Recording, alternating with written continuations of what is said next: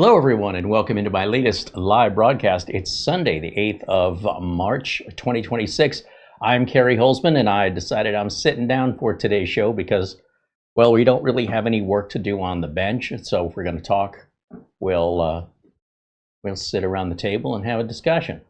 If there's some topic that comes up where we need to do some demonstration, well, then I guess I'll stand at that point. But we'll see how the show goes and what's on your mind today. Welcome in, everybody. Good to see everyone. A shout out to our friend Buster, who sent some gifts to Mara for her birthday via Amazon, and she loves them. We'll talk more about that, show them off tomorrow during the members only show.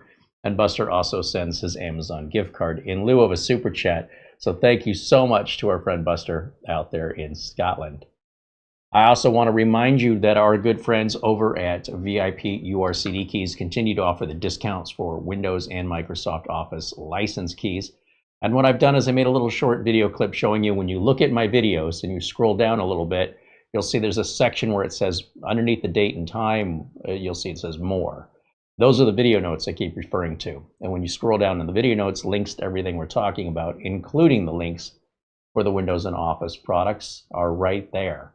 So you just click on one of those links, and it's going to take you to that specific product. You can also do a search when you're there. And then if you go to hit the Buy It Now button, it will require you to log in. So if you don't have an account, you'll create one. And down below, it says, below sign in, it says sign in or set up a new account. So after you sign in, you'll then add it to the shopping cart and then put in the coupon code Carey and then hit apply, and then you'll see that 25% come off right there. When you're done, if that's your order, that's what you want, go ahead and submit your order, and it's going to ask how you want to pay. One of the things we really like is that you can use PayPal. So they're under the first option, it's PayPal with all the credit cards listed, and then just the credit cards themselves, Google Pay and Mint, and then hit the Pay Now button to finalize your checkout process. And they're going to send you an email with the download link and product key. And the email is very important for you to receive that information. It's also very important for you to remember your login information. So if at any point in the future you want to go back and look at your purchase history to pull a product key or a download link, you can just serve yourself. And it's a great service. They have 6 months of free support after the sale, and it saves you somewhere around 90% off the retail cost of Windows and Office. From if you want to buy it from Microsoft directly at full price, we can provide links to that as well if you'd prefer to pay 9 times more. Just let us know. We'll provide you the link to Microsoft. It's the same product, just a 90% price difference. All legit, it's all on the up and up. So thanks to our friends over at VIP-URCDKEys for continuing to offer that discount for our viewers. And that is for Carey Holzman viewers only. Let me say hello to everybody joining us today. Looking here in the chat room, we've got Arnold Albert joining us saying hello. There's Isaiah, who also says hello, Jonathan Fells and Sean Skinner, Marsman50 and Luke Greenia, Eugene Eldago and Mark Gaines, Ben Laird and Elijah Dickens. Of course, Mara, our channel administrator, hanging out in there. 3D Everything says hello, as does Dustin Fuller. There's Buster joining us from Edinburgh, Scotland, where he says the temperature right now is 41 degrees Fahrenheit. Or 5 degrees Celsius. Gary Tatum and Andy W6AD, Jim Kenny, and Eddie Casanova all say hello. There's Brian Weber, just renewed his membership, now a member 5 months. Thank you, Brian. He says this recent time change has me feeling jet lagged. That's right. Except for those of us here in Arizona and Hawaii, we don't adjust our clocks. 1 o'clock is still 1 o'clock here in Phoenix, but for many of you, this may have been an hour earlier that you're used to. The show may be starting an hour later than what you've been used to these last 6 months since November. And that's because you guys wound your clocks back an hour, but we didn't. So we've always been starting at 1 o'clock. And half of the year, that means we're an hour earlier. And then the other half of the year means we're right on time. So when I say right on time, I'm comparing myself to the West Coast. So California, Oregon, Washington, Nevada, we'll all be on the same time now. And then the 3-hour time difference between West Coast and East Coast means instead of 3 o'clock on the East Coast, we're now on at 4 o'clock, the proper time, 3 hours ahead, instead of 2 hours ahead when everybody on the East Coast wound their clock back. So you can always know what time we start by just Googling what time is it in Phoenix in Google, and it'll tell you the current time, and then look at your time, and you can do the simple subtraction and or addition, depending on where you're watching in the world.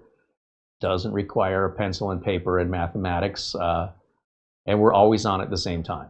So unless you adjust your clocks, that's not on us. We're still broadcasting at the same time. So, geez, you know, every time this rolls around, everybody wants to put a stop to it. They make it permanent, and I don't understand its purpose anymore. But you know, what do I know? I don't understand why we still do this, but I never understood it to begin with. It is what it is. It's bigger than me, so we'll see what happens in the future. But in the meantime, we do this twice a year, as I'm sure you're well aware. Charles Eslick renews membership, now member 45 months. Thank you, Charles. There's John Williams and John Rogers, as well as John Horazic saying hello here in the chat. Frank Jimmy and John Lewis and Mark Leibowitz are joining us as well. Steve DeToit and Xander Vanderhoven saying hello, along with Richard DeFries and Edward Bass. Mark Baggett renews membership, now member 45 months. Thank you, Mark. Thank you to all of our friends in green. Without you guys, this channel would no longer exist. YouTube payments have become a joke. So to do this full time, or to at least, you know, we're doing right now about 10 hours a week, is a significant amount of time spent away from traditional work with traditional salary. And it used to be back in the day that the that the YouTube advertisements would pay enough that you could make a pretty good living on YouTube. Those days stopped a few years ago, and a lot of channels have already closed up, and many are in their dying days now. So maybe things will turn around before the inevitable, but so long as we have our community, we are permanently here regardless of the fickle nature of YouTube and the fickle nature of audiences that keep changing their interests frequently. So long as we have a big enough community to support us, which we do, we're not going anywhere. I love having that control and not allowing the culture to cancel us, or for YouTube to decide that they're going to strong arm us into a different subject matter or get off the platform. By being financially independent, we can do whatever we want, and that's all thanks to our members. Also thanks to folks like VIP-URCDKEys as well. And so long as we continue to get cooperation from companies like Minis Forum and others who will send us products, they don't pay us for it, but they do give us content, you know, that we can review. And that's been enough. I mean, I'd like to see it grow. I don't see it as a channel that's dying. I see it as a channel that's changing. And we'll just have to just wait and see with what's going on in the computer industry, with all of the lack of innovation happening this year. No new Wi-Fi, no new real motherboards or CPUs to speak of. Nothing really mind-blowing. Even when Apple introduces their new laptop, it's just a cell phone. That laptop, the new Neo from Apple, is just their cell phone. They just put it in a different package. I don't understand why everybody's so excited about. And that's the power of marketing. It's just hype, hype, hype. And how can you get excited for that? I don't know. But that's why I say the culture is very fickle and changes. And I don't have to worry about my career being jeopardized because I'm gonna go the opposite way of the marketing folks that are manipulating the minds of a lot of influencers, whether that's through financial means or just to be one of the cool kids. I'm not interested in either one of those things. So I'm just going to tell you as it is. It's a smartphone. Then they just took it and put it into a laptop. I mean, so what? The power of marketing amazes me, how easily people are manipulated. And I strongly encourage you to not be so easily led by the nose by companies that are exploiting you. Now, you're welcome to decide for yourself if you like it, but you shouldn't just buy into the hype because marketing companies, you know, another one that does this is Qualcomm. And every time Qualcomm comes out with a new Snapdragon chip, they'll have you believe this is the best thing. It's going to spank Intel. It's going to embarrass Intel. It's a whole new leader in the space. And every single time, it's the same story. It's never been different. If you go all the way back to the very first Qualcomm chip announcement, they have the same playbook. And you'd think by now, after hearing the same lies, the same hyperbole and exaggeration, that the audience would be like, yeah, we've heard all this before, and it all turned out to be a big nothing burger. But maybe this time they mean it. So yeah, they're back with the, what is it, the Elite 2 or something, and oh, it's really going to embarrass it. Oh, here we go again. Yeah, I'm sure. You know, they've become the boy who cried wolf. As far as I'm concerned, I don't believe a word that comes out of Qualcomm's mouth, because every single time, without any exception at all, there's never been an exception, Qualcomm always exaggerates. Their marketing company overhypes, and they have a lot of fine print that says when the product finally comes out, and the actual people get the product and review it, the air comes out of the balloon. And then they've got their excuses. Well, we meant if you do this specifically this way, then you'll get these results. You know, then it's just like this quiet, blah, blah, blah. And then, like, so much going on in the world, so many other products to choose from, it's like we all forget. And then they come out with another product, and the whole exact playbook, step by step, word for word, it's the same every single time. And the audience, the general audience, falls for it every single time. So, I mean, if they want to, it's their choice. But, you know, color me skeptical. Fool me once, shame on you. But fool me twice, shame on me. I want the Qualcomm chip to be everything they say it is. Okay? I have nothing against them. If their product would actually be the thing that they claim it is, I'll be here hyping it. When that day happens, I'll let you know. Is it going to be this time? I wouldn't hold my breath, but maybe I'm wrong. I want to be wrong. But Qualcomm has a playbook, and they've never, ever done it any other way. So this would be the first time in Qualcomm's entire history that something they came out wasn't overhyped to the point of just being just hitting like a flat dud. So yeah, maybe this time, guys. Sure, say so. So, you know, that's like the most exciting thing going on in our industry, is that Apple has decided to put their iPhone 16 Pro chip into a laptop. Oh boy, that's the Intel killer. Stupid. It's more like a Chromebook killer, but whatever. Qualcomm coming out with it, it's kind of depressing. Oh, here we go with Qualcomm again. Super excited. Yeah. Nothing new with Wi-Fi. Even Wi-Fi 8 won't really be that. Most people don't even need Wi-Fi 6E or 7.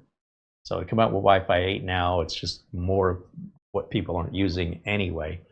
And Wi-Fi 8 is just Wi-Fi 7. That's all it is. They've just enhanced it. So what? What else? What else can I regale you with depressingly? The industry's in a lull. We've reached a point between the economy and what's going on with AI that things have pretty much steered themselves away from consumers and into the business marketplace.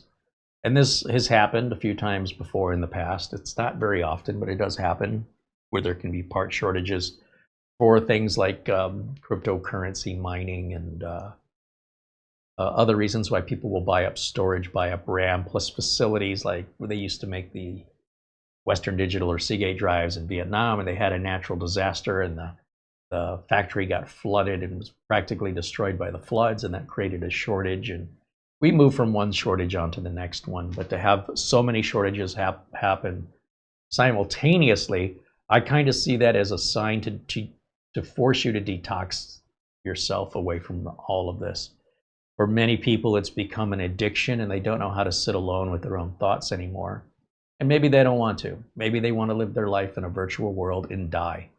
And people outside of that virtual world never knew they existed on this planet, and they made no difference to anyone in their community. And only the people that were closest to them, probably family and friends, will ever know they existed. And when they go, you'll be forgotten for history of the rest of the planet. So I think that's kind of depressing. And sometimes if you're forced away from this thing that keeps drawing your attention, it leaves a lot of people no other choice but to, go out and do something. And I think when people do that, they wonder why they waited so long, because it feels good to actually get something in real accomplished, not something virtual. But we'll see how the public reacts. Things have been a little slow for me, so I started. I had a book I purchased. I thought I've been so busy I haven't had time to read any books, and I have to say, reading a book now is a bit challenging because my attention span is dropping. But luckily, this book has a chapter every 3 to 5 pages. So as long as I just force myself to read one chapter at a time, the first couple days I'm only reading one chapter a night. But then the more I'm getting into the story, the more interesting it's getting. 2 chapters, 3 chapters. Okay, now I'm done for tonight. 4 chapters, 5 chapters. And as I'm approaching the end of the book, I'm kind of like excited. The story's built up. There's a lot going on. And I go, I forgot how much I enjoy reading. I mean, sure, we all do reading every day on the internet, but not like a book. Just to be quietly with a good old-fashioned book. Now, I guess it doesn't matter if it's a Kindle or me. I prefer the paper, not wearing a battery and backlight. But I said, oh, I got to read another book. I forgot how much I liked it. And I have a stack of books over here that's like, one of these days, I'm going to be in the mood to read. Likely I'll be bored, or maybe I'll be retired, and this will give me something to do. So I started going back through some of my books and forgot how excited I was that I was going to read a book, a specific one. And so this slowdown is detoxing me, away from the go, go, go, we need it now type attitude and the entitlement and demands of a lot of customers today. And I think that it's a good shot in the arm for the customers to realize that you just can't have everything you want. You might have been doing pretty good there for a while with the economy making everything so inexpensive and easy to get. But those times weren't going to last forever. And they will come back again, but we have a lull. And in that lull, we're seeing gas prices go up, grocery prices going up, job opportunities going down. This has happened numerous times in my life. The energy crisis of the 70s, and generally the economics of the 80s were bad, especially the early 80s. I would say if you think the economics are bad now, come back to 1982 with me and let me show you what real sacrifice is. We went without a lot of stuff. And you know what? We didn't need it. We didn't have working air conditioning or heat because we couldn't afford to get it fixed. When our dishwasher broke, we could not afford a new one, nor could we afford how to fix it. The only way that dishwasher got fixed was after 2 years of me thinking I was helpless. I finally realized that nobody in my family is going to do anything about the dishwasher. If I don't do it, nobody will. And if it's already broken, what am I afraid of? It's already broken. So who's going to care? If I take it apart and I break it, how will they know the difference? I fixed it, and it was a very simple problem. And that was what unlocked the key. That was the key to unlock how powerful each one of us are to getting something done. If you're waiting on somebody else to do it, I hope you have the money to pay them. We never did, especially in the 80s. Things like food, we had the most basic, crappiest food, but we were happy to have it. I'm still here. So a lot of the things that I see people whining and crying about are a little bit, from my perspective, spoiled. It's like a Kardashian complaining they can't get the Louis Vuitton purse. Like, really, that's the biggest issue in your life? Somehow we got by without one. Sometimes even when you have the money, you still can't get it. And that's where it comes down to sort of the basics. And sometimes I think it's good for us as a species to be reminded of the basics from time to time, and to see what could be kind of a depressing time with regards to computers and technology, with everything slowing down, to have a little gratitude for how amazing it is we have it to begin with, and to start using what we have instead of constantly complaining that what we have is not enough. I promise, however much RAM you have in your system and however much storage you have enough. I'm sorry you're under the spell of marketing and hype that holds you over, that thinks that you are obsessed with needing more. But I assure you, you have exactly what you need. And in fact, really more than you need. So I think it's a healthier attitude to sort of use this as an opportunity to appreciate these things that you've acquired and the systems that you built, or the amount of storage that you have, and know that this too will pass. There will be other opportunities for growth, but sometimes you just need to stop and take a break. And if you won't do it voluntarily, nature has a way, and you won't have a choice. So what was that Rolling Stones song? You can't get no satisfaction. You may not always get what you want, but you'll always get what you need. And look, we have this amazing community here. And so long as we have a community here, it has nothing to do with the economy.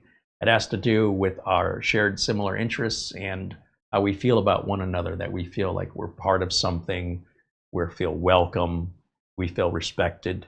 That's really something that you can't really go to Walmart and buy that. And, you know, with food quality getting worse and prices going up for like restaurants, it's encouraging people to get back to a home-baked cooked meal. What's wrong with that?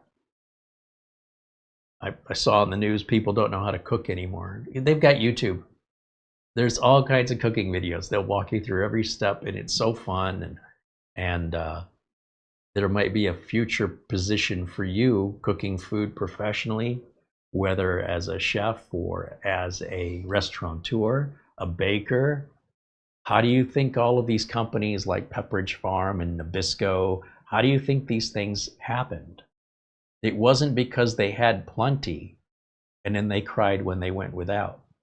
When Prohibition kicked in during the 1920s, all these companies that were making beer and spirits, what are they supposed to do? Shut their factories down? So that's where you are forced out of your comfort zone to rethink another process. And it doesn't have to be forever. It's just for right now. Kind of like the pandemic, with people trying to, you know, avoid crowds and concerts and venues. That's all opened back up again. It was just temporary. And you know, I think that if with the right perspective, you should see this as recess. Remember how you used to look forward to getting out of the classroom so you could go outside and play for a half an hour? Well, I'll tell you what, this is recess. And recess will last probably for the rest of this year. There'll be a little bit of introductions of products, but not the frequency that we were accustomed to seeing regularly. And then it may stay that way forever. It may not. We have to kind of see the way the public reacts and if they move on to other things. But there will be more innovation coming once we kind of get this AI stuff out of the way. Just as there were more video cards coming once we got that cryptocurrency stuff out of the way. And then, oh, there's got to be more video cards coming once we get the pandemic out of the way. You know, it's one thing after another. And what's important is that you obviously have something you're using now. There's obviously nothing wrong with it because you're here. And if there's anything we can do to help you get more out of what you have, if it's somehow holding you back in some way, we'd love to hear what the issue is that you're having that you have been manipulated into believing you can solve by spending money. So that's not always the case. Sometimes, but oftentimes there's lots of other ways to solve problems without spending money.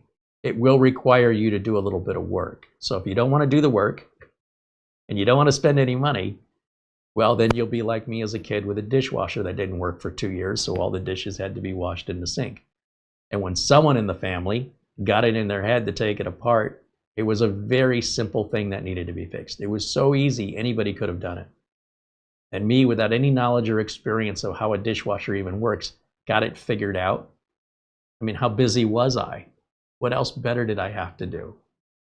And it took me 2 years to realize what nobody else in the family realized, which is the common thought was there's nothing we can do. We can't afford it.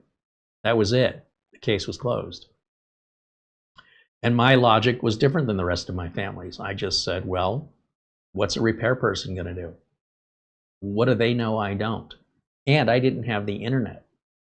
So these days, it's even less of an excuse, because if you can pull that dishwasher out, it's 2 screws and the whole thing slides out. What's the problem with looking up the model number in YouTube and typing the problem in? I mean, if you can read and you can get up off your butt, you probably can fix any dishwasher. Any dishwasher. They're incredibly basic machines. But if you refuse and you just want people servicing you, well, okay, King Richard, you know, have your servants take care of it. I laugh because that couldn't be more opposite from how I was raised. But yet we live better than kings today. Kings did not have air conditioning. Kings did not have refrigeration for their foods. Kings did not have the variety of foods that we eat from all over the world. They had spices, mostly kept used to take the rotten taste of spoiled meat at make it more palatable. It's just nasty. If you realize the way kings lived, they're basically like homeless today. And yet you would think that we live better than kings, and people still complain it's not good enough. They have no appreciation for just how easy life has become. Medical science and housing. Anyway, with that, it's not all bad is all I'm trying to say. Squishy joining us in the chat saying hello. Tony Aindow says hello. There's Phil Stodd. W.E. Holmes said the PC slowdown is currently helping my credit card recover. Well, that perfect excuse, man, right there. Andy says the world certainly does not revolve around the price of RAM. Well, some individuals' worlds do, but no. When people step out of their bubble and realize, you know, the world doesn't revolve around them, then some people are unwilling or unable to step out of their bubble and prefer to stay in their own little misery bubble. And I let them, you know, I got no problem with it. I just don't, I know not to waste any time. Once I've identified, or they've identified themselves as being that character, I know that any amount of time trying to help them is unwanted help. They want to do that. I know it sounds weird that some people, they ask for help, but they really don't want it. I see a lot of that in society. What they want to do is complain and be a victim. And they can, it's their right. And I have a right to spend my time more wisely with someone who has appreciation. So finding people with gratitude and appreciation, like all of our members here, for example, is the secret. It's not about how much stuff can you collect before you die, that then all of your family members are probably going to donate or chuck into the trash because it has very little value to anybody else but you. So just, that's the reality. You probably dealt with somebody you passed and you had to get rid of their stuff, and that stuff might have been very important to you and nobody in the family wanted it. Maybe 1 or 2 things, but It's the same story over and over and over again. So get your fun out of it, use it while you can, and have a good time.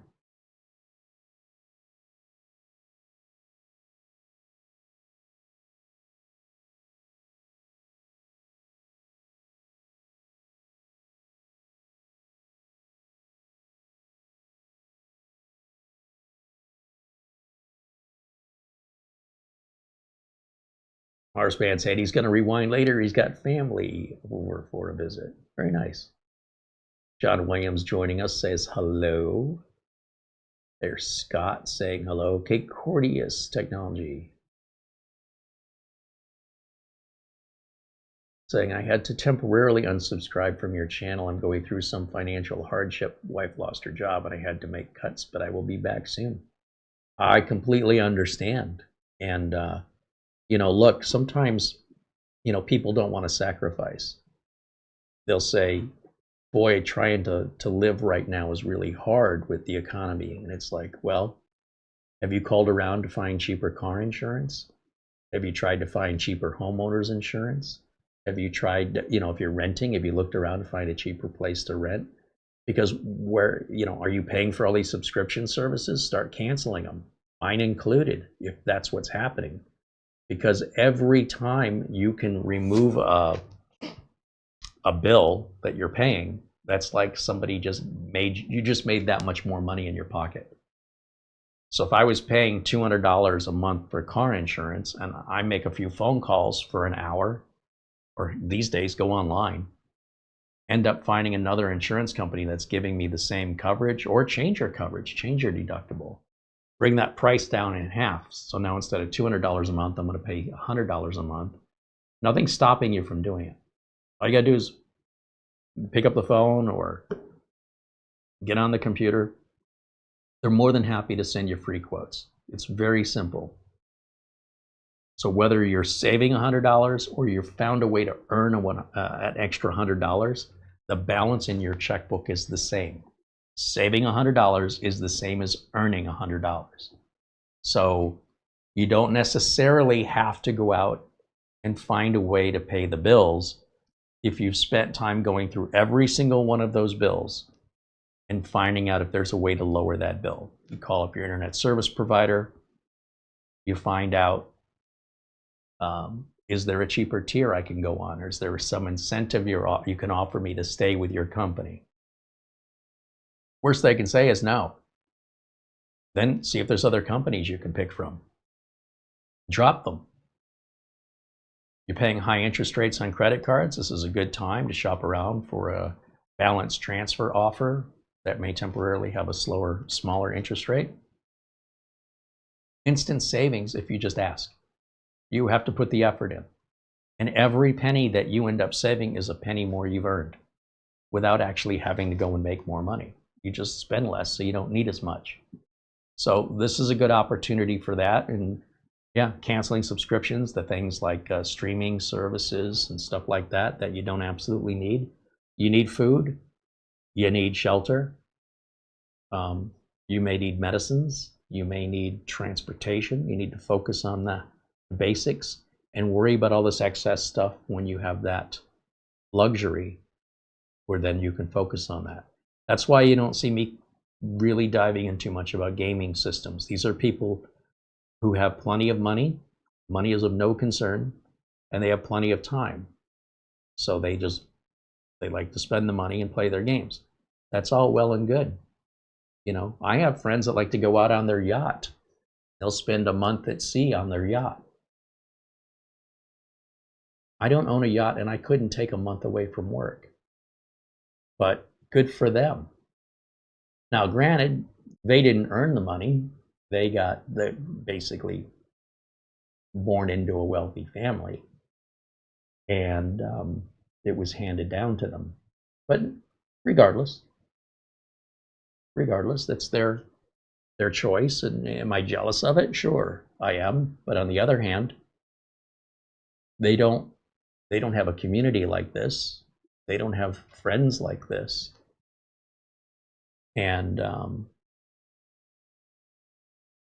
there are some people that way. There are some people that'll just say, I'm going to go out on my yacht, on my time, and I'll go by myself.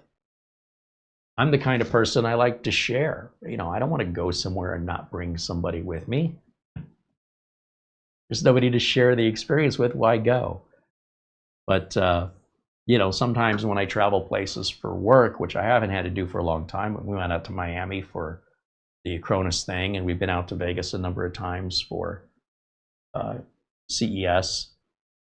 I don't like doing it because I'm usually out there and it's very lonely. It's jam crowded with people, and I've never felt more alone. Just isolated and just insignificant. It's a very overcrowded place where, watching people who know each other, I'm a little jealous of it because I'm usually standing there just staring into space, trying to figure out how I can weave my way through all these people, talking to one another, oblivious that people are trying to get around them. And I find the whole experience miserable. Now, if I went with somebody and I could share that experience with them, I would probably have a different attitude. But that is just torture for me.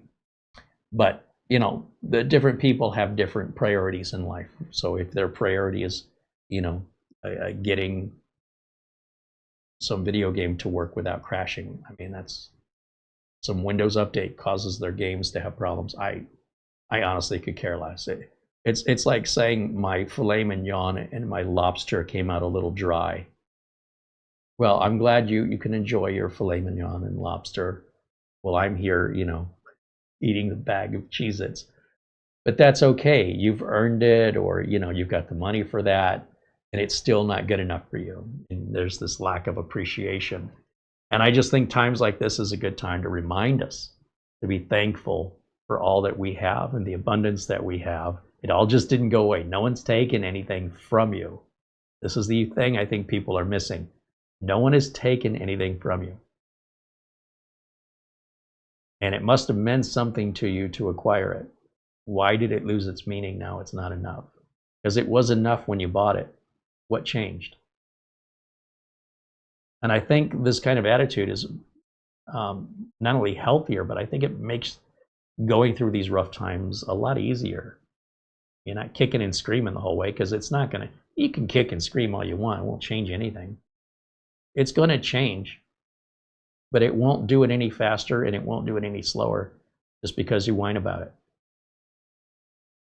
So where's the mental health in whining about it? What's the end goal there? If it doesn't make a difference in reality, why not spend your time fixing the dishwasher? That's all I'm saying. All right.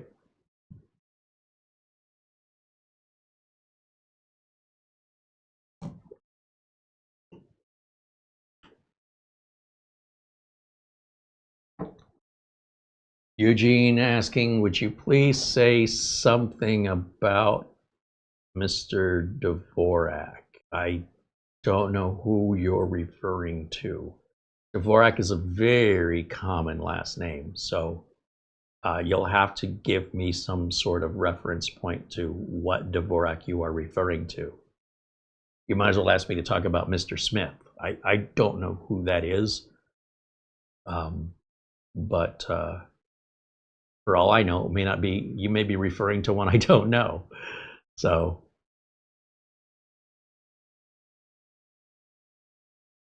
California has decided that you can't use plastic shopping bags anymore. I think it takes effect on the 1st of the year of 2027. Now, when we were in California, they were charging us for every plastic shopping bag, wherever we went, 10 cents a bag, because they want to reduce one-time use plastics. But yet, most people take those shopping bags and use them for garbage cans. They have multiple, or garbage bags. They have multiple lives. Most people just don't take them and throw them away. Everybody I know has a little drawer to keep them, and they use them for, maybe they're taking a picnic or something. They're taking some food over to a friend's house. They'll put it in there. They'll just grab a shopping bag, put it in there, put it in the car, take it to the friends, take the leftovers home, and then maybe Maybe if the bag got torn or damaged, it'll go in the trash can. But we don't generally take bags with us. And so California has now taken it up a notch and said, plastic bags not allowed, period. No plastic bags at any price. I started thinking about this and I thought, well, when you go to the grocery store, almost everything you buy is in a plastic bag. If we buy meat, it's often like a styrofoam and it's wrapped in a saran wrap, which is plastic, a one-time use plastic. If you go down the vegetables section, a lot of times the vegetables or pre-made salads are packaged in little plastic bags. And so in your shopping cart, just next time you go shopping, look how many little plastic bags are in your shopping cart. In California, if you take those plastic bags and put them into one big plastic bag, that's illegal. You can take those plastic bags and put them into a paper bag, and they're fine with it. It's the dumbest thing I've ever heard. It is so stupid. Like, I don't know what's happening in California, but thank God I don't live there. What a hellhole of the United States. You know, they've painted California to be this paradise of palm trees and beaches, and there are these little areas of California, but the word is out and they're overcrowded, you know, and there's a lot of crime, so much crime. I mean, I wouldn't go to San Francisco right now. Are you kidding me? Venice Beach? No, thank you. It's in a bad state. They lock up everything in their stores. If you want some deodorant, you got to get somebody with a key to unlock to get you to the deodorant. That's like living in prison. Then they pass the dumbest laws that are so disconnected from reality. It's like, does anybody in California in charge have any clue how technology works and how the environment works? California passed, what was it, Proposition 65, that things that have been found to potentially cause cancer have to have a warning label or you can be fined. And since there are so many things we don't quite know, maybe it causes cancer, maybe it doesn't. If you put the label on it, if you say this product may, according to Proposition 65 in California law, if this device or this thing that you're buying may cause cancer, they have to put the label on it. If they fail to put the label on it because it doesn't cause cancer, but then they later decide, yeah, it does, you're going to get fined. So if you ever go to California, almost everything you buy, it doesn't matter what it is. You could get some new glasses. These may be known to cause cancer because the sticker costs nothing. And so long as you put a sticker on everything, you'll never get fined for not warning people. This is the logic of California. So it doesn't matter if it's cancer related or not. If you buy anything, if you buy baking flour so you can make some bread, there's a notification. This may contain ingredients that can cause cancer.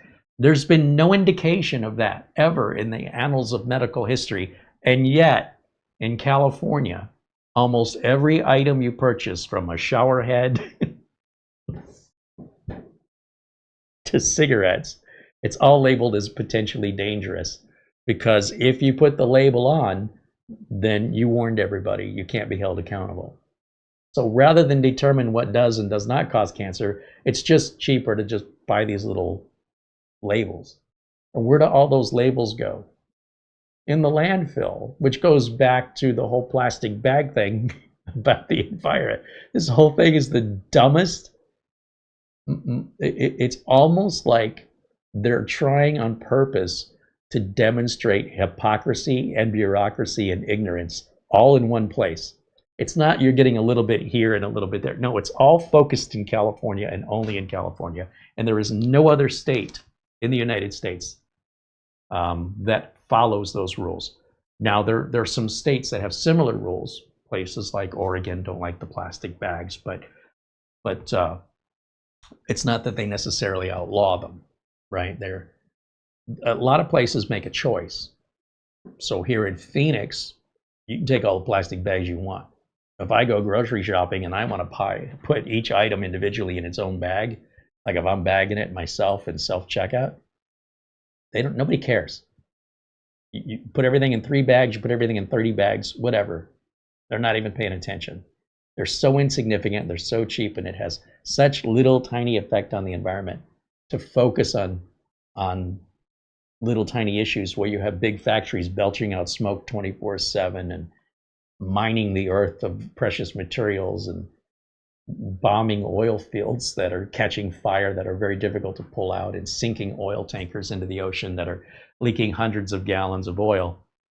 That's okay. You can have your shopping bag. So Sprouts over here, there's a grocery chain, I think was founded in Arizona. And they have a pretty good thick shopping bag. And they say, hey, please reuse the shopping bag, right? And for a while, you know, some people did, some people didn't. Then they said, okay, we're tired of asking nicely. If you want a shopping bag, they're 10 cents each. And please reuse it. That's okay. I don't mind that. So they're the only store that does it. So I take a couple of the Sprouts shopping bags, and after we've gone shopping, I'll put them in the trunk of the car. Because here's what happens. We go to Sprouts, and because they're the only ones who do this, I go to check out, and it's asking me, how many bags do you want at 10 cents each? And I'm at self-checkout, or the cashier will ask.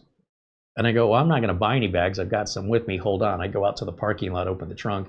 The bags are all wrinkled, and they look like hell, but, you know, whatever. 10 cents isn't going to kill me, but the reason I have them in the trunk, I always forget. So I have to stop everything I'm doing, go out to the car, go get the bag. And that's the only grocery store in the state, as far as I know, or at least in the Phoenix area, that does that. In the meantime, there's another store called AJ's, and AJ's will happily offer you paper or plastic. It doesn't cost anything. There's no limit. You know, do you want the plastic bag? Do you want the paper bag? It's included in what you're paying for. And then you've got other people that'll bring their cloth bags. And I don't do that because, quite frankly, we buy way too much stuff. We don't go shopping that often. So when we go, maybe once a month, we buy a lot for the whole month. And so we're going to be bringing in tons and tons of stuff. So I'm not bringing in those burlap sacks to buy one apple and a banana or something. But you know, there's a lifestyle change there, and it's crazy that, you know, they want to charge you to park your car, they want to charge you to pick up your trash, they want to charge you for anything they can charge you for because they're in such a negative debt for the services that they provide to the community that can't help themselves. So all the rest of the community pays for it. And the result is you're in a very, very crowded and expensive place, which, at least as far as LA, San Diego, and San Francisco are concerned, very unappealing to somebody like me. Now, the rest of California is great, by the way. You can go to Fresno, you can go to Indio or Palm Springs, you can go to Sacramento. There's you know, areas like Mount Shasta that's you know, much more rural, and it's beautiful up there. Carmel's amazing, and Big Sur.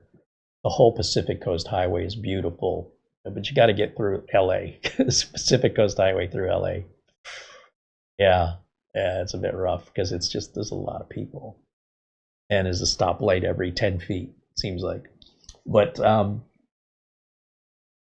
you know, you find where you fit in, what appeals to you with regards to the culture of the place. And ultimately, you know, you're either going to go with it or you're going to move away to somewhere else, but you're not going to change it. It's just the way it is. And hopefully you find a place that you agree with the culture and the society, and you're happy there. And to me, that's way more important than how much RAM prices are.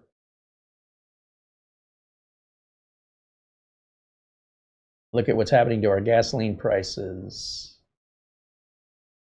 So gas is still cheaper now. Like, when you think about how much we were paying for gas in the 80s, and minimum wage was $3.35. So how many gallons of gas in the 1980s could somebody earning minimum wage pay for with 1 hour's wages?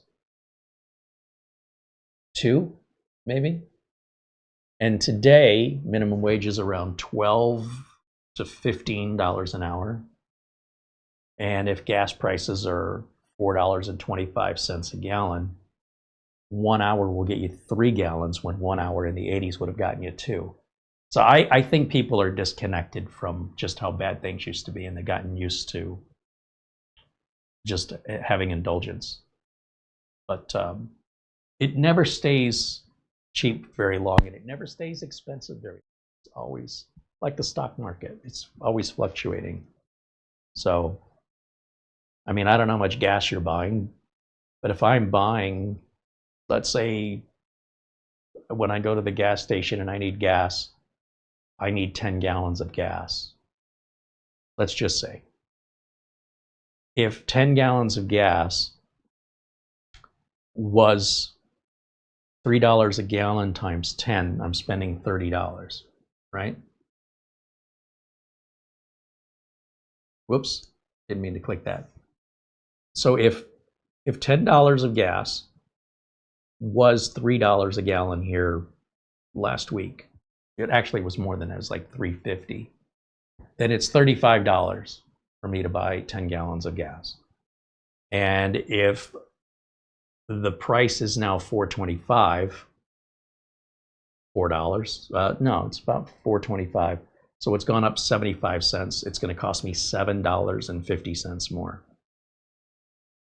$7.50 more on top of $30. So the question is, do I need the gas? Am I just driving around aimlessly to visit friends and do unnecessary things? Or do I have appointments and work to go to? Because if you have actual purpose to have that car and have that gas, then the gas is the cheapest part of the whole car ownership. You're paying more for insurance and maintenance than the whole car ownership. The cheapest part of it is the gas. Even if gas went to $10 a gallon, and here's the way I see it. So I'm spending $100 on gas to buy 10 gallons. I will definitely see a lot less cars on the road. There are people that are just going nowhere. They're just going to go walk around Target, walk around Walmart. They've got nothing to do. And they're overcrowding the roads. They're creating accidents. So if we can get rid of a significant percentage of the amount of traffic that's just on the road unnecessarily, how much would I pay for that to get on an uncrowded road? Well, I'd pay $10 a gallon if it meant the roads were wide open, not so busy, because people now had a very distinct purpose to justify being in that car and spending that money on the fuel. Worth every penny from my perspective. Give me an open road any day and make the price of gas expensive. Or in this case, bring the price of gas down and then just sit in traffic for hours, moving just a few feet every few seconds. I'll pay the higher price. You can't buy more time. Gas is temporary. Time, you have so much. There's a finite amount of time each one of us has, and if you want to spend it behind the wheel of your car, inching along in traffic, surrounded by other metal steel boxes that are covered from the top down in glass, you enjoy that. It's very unproductive and a complete waste of time. So if I can get more value out of my time by spending a few extra dollars, I personally don't have a problem with that. If that's what it takes to get us there, I'm okay with it. Now, if I'm a semi-truck driver and I'm buying 200 gallons at a time, and 200 gallons at, let's say, $4 a gallon, you're spending, $800 at the gas station. But on the other hand, that's a business expense that gets relayed back into the cost of the delivery. So that's all being reimbursed to you, plus you're paid for your wage on top of that. So if you want to give up your wage and find another thing to work because you don't have $800 for gas, it sounds like you're not actually working. It sounds like you're a charity. But yeah, I don't think anybody is owed gasoline at a certain price. I don't think that that is bestowed upon you as a right upon birth that you shall be able to afford gas. No. If you want it and you're willing to make the sacrifice, you'll get it. And it won't matter how much it is. And if you're unwilling to do the extra work or make the extra sacrifice, and you'd rather just sit at home and complain about it, that's your choice. That's your choice. I just think that's a tough way to go through life. Attitude can change our perspectives where things are not as bad as sometimes people make them out to be. And I don't understand the logic of why you would torture yourself, but people do this all the time. There's a lot of other things going on in the world besides the price of gas that are far more important. When you have a family member in hospice and every day you don't know if it's their last day, let me know if you want to talk about the price of gas. There's things way more important.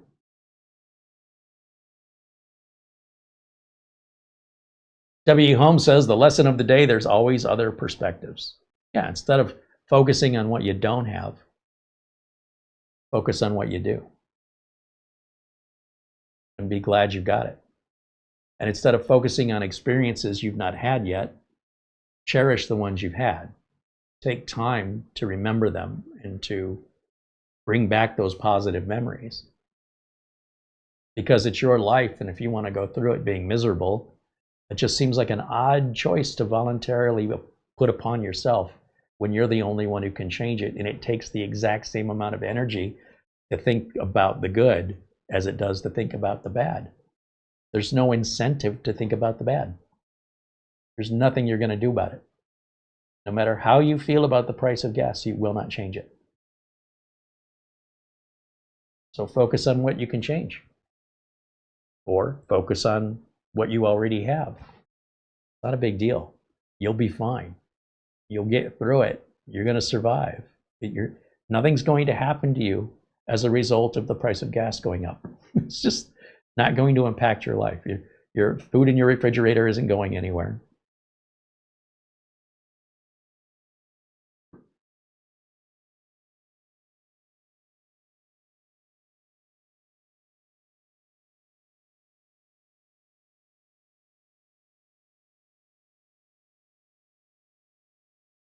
John Downey said, I have a Nighthawk home router. I don't know why this random IP showed up. Oh, I guess you're talking to Mara about, well, that's the only piece of it I've seen. So let me see if I can scroll back.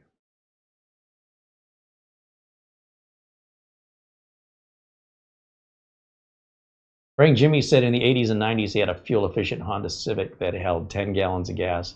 Cost me $10 to $12 to fill up. Work and school were very close to home. A tank of gas would last me 2 weeks. And how much money were you earning weekly during that time?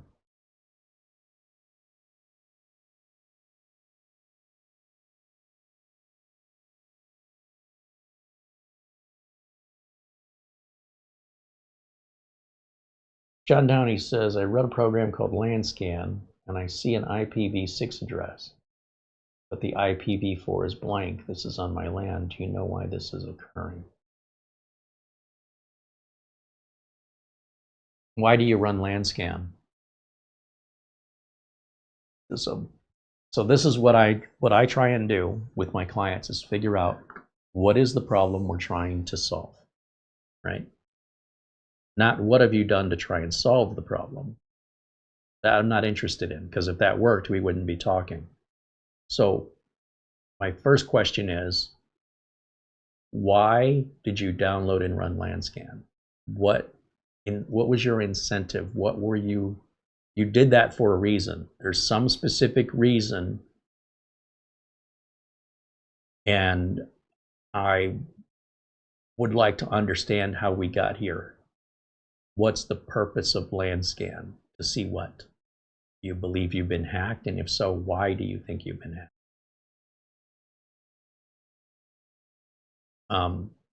Quite often, the reason that I do this is I find out people are doing the wrong, they're not implementing the right steps to resolve the actual symptoms. They went off on a tangent somewhere. And what I'm trying to do is reel them back in and say, come back to where you started. I don't know why you're all the way over here.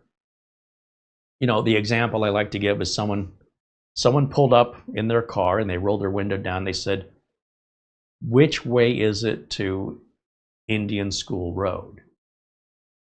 And I said, well, it's that way. And they said, okay, thank you. Now look, everybody's got GPS in their phone. I don't know why they just couldn't put their phone, but this wasn't that long ago. And I said, well, wait a minute, because they were like, thank you. And then they were about, and I go, wait, where are you trying to go? I said, oh, we're going to Costco.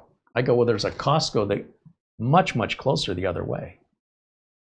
I mean, do you have to go to that specific Costco? Because that one's quite a ways from here. The one you want to go to Indian school. They go, no, we didn't know. I go, yeah, turn your car around. You're going completely the wrong direction. You couldn't be any further from where you're trying to go. But by simply asking me where a street was without telling me why they're looking for it, well, I was able to give them an answer. They were just continuing to go in the wrong direction, or to go in a much longer distance than they needed to. So it's not to insult anybody. It's there to help. But I need to understand, what is it that you need help with? Like what started all this off? So it helps a lot for me to get to an answer faster and more efficiently.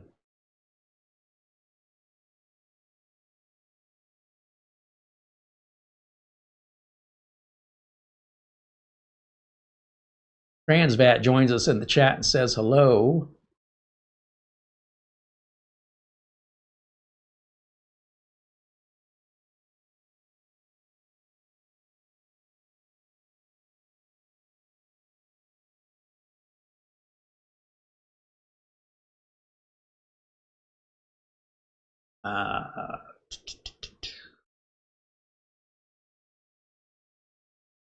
Scott mentions the price of gas in many countries has been $7 to $10 a gallon for years. This is true. And just go to Europe for sure. But the countries in Europe are smaller, right? So the distances people drive are usually a fraction of what Americans drive in general. Are electric cars cheaper to run? I don't know. I really don't know.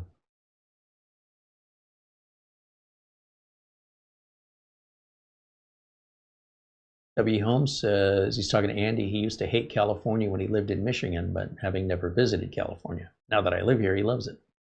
My mother loved California. I can't stand it. So they each their own. You know, you might like cilantro. There's one 50-50, you know. You ask 10 people if they like cilantro, 5 will say yes and 5 will say it tastes like feet.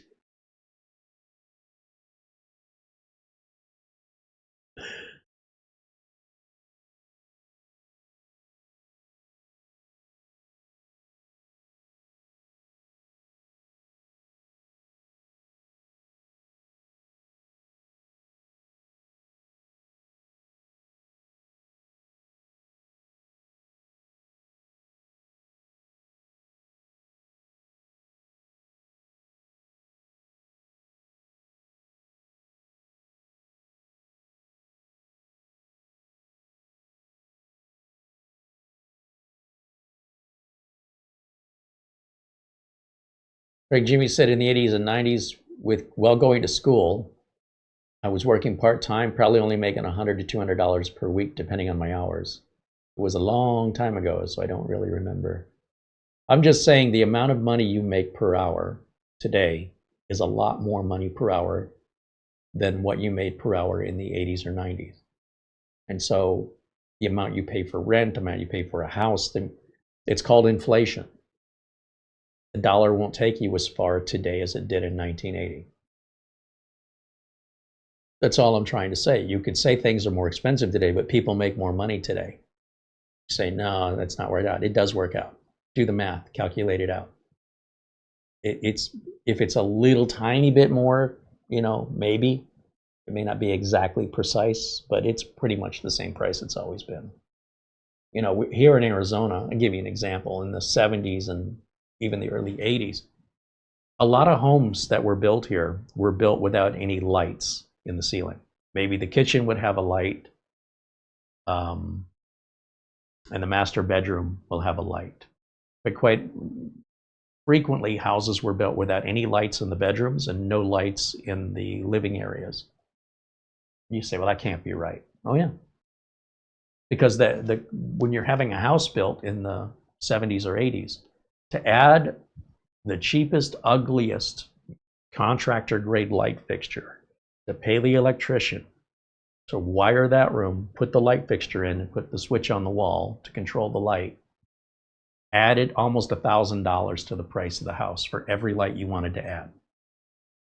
Okay, so when you buy an older house here in Phoenix and you go, wow, it's so dark in this house, you realize what they did is they put a switch on the wall that activates half of an outlet, like the top of the outlet, somewhere, one of the outlets in the room. Good luck figuring out which one it is meant for you to plug a lamp, because people used to buy lamps. Does anybody still have a lamp? And if you left the lamp on, and the lamp was never in the middle of the room, it was always in a corner, and so that corner would be really bright, but the opposite corner would be really dark. But you'd walk into the room, you hit your switch, it would activate the outlet, which would, if you left the lamp on, would turn the lamp on. And that was cheaper.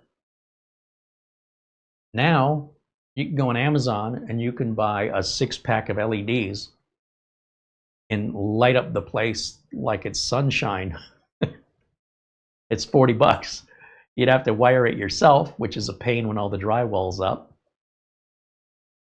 But you can't tell me that life isn't better today. I mean, come on. And the lights that we're running cost less money in electricity. They're far more power efficient. I can power every light in this house using less power than one incandescent light bulb would cost to run in the 70s and 80s. Electricity is cheaper than ever. Phone calls. We used to pay for long distance phone calls. Remember that? We used to pay for how many minutes we used on a cell phone. People have got it so made and they're so spoiled. All they can do is complain that it's still not good enough. And if you can't see that, how lucky you are and how cheap everything has become because you still think it's too much money, it's like listening to a wealthy person complain that the yacht is just, it costs too much money to run my yacht. Are you kidding me? And if yachts got so affordable that every one of us could have one, there'd be a great number of people complaining on the internet about how much the gas is. It is so preposterous to me that people have lost all sense of grounding about, you know, I got to have a yacht. No, you don't. And I can't believe the price of the gas in the yacht. You don't have a yacht. Get rid of it. I got to have a yacht. Okay, then complain about the price. Like, we're just going around in circles at this point. Like, all right, that's just the person that wants to be that way. That's their right. But these are the people, if you want to enjoy life, avoid those people, is all I'm trying to say. Because they just want to bring you down. They have no sense of appreciation. And they're allowed. They're allowed.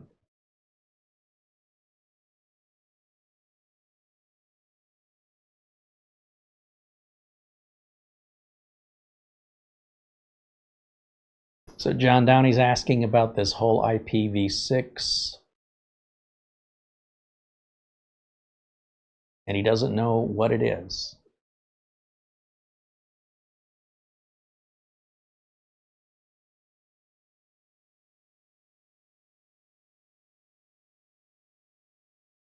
If you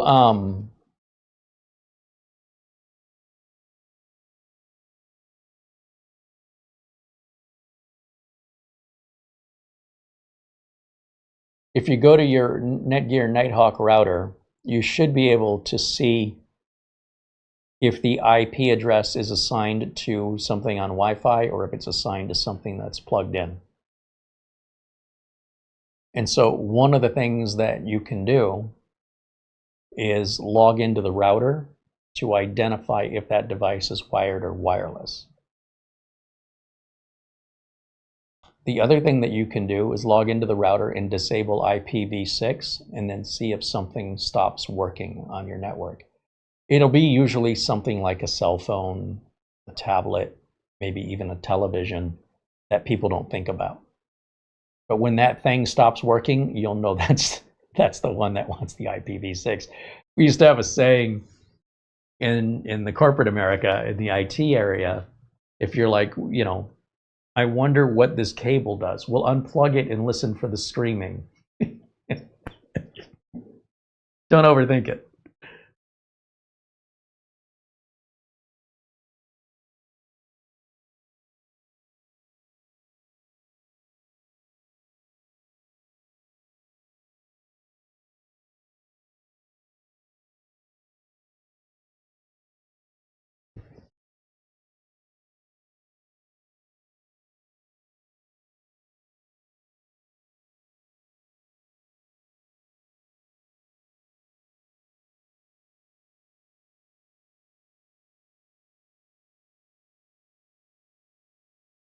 Mark Leibowitz is saying IPv6 is the new TCP/IP addressing scheme used by ISPs. Your router generally translates that to your local IP, which should be IPv4.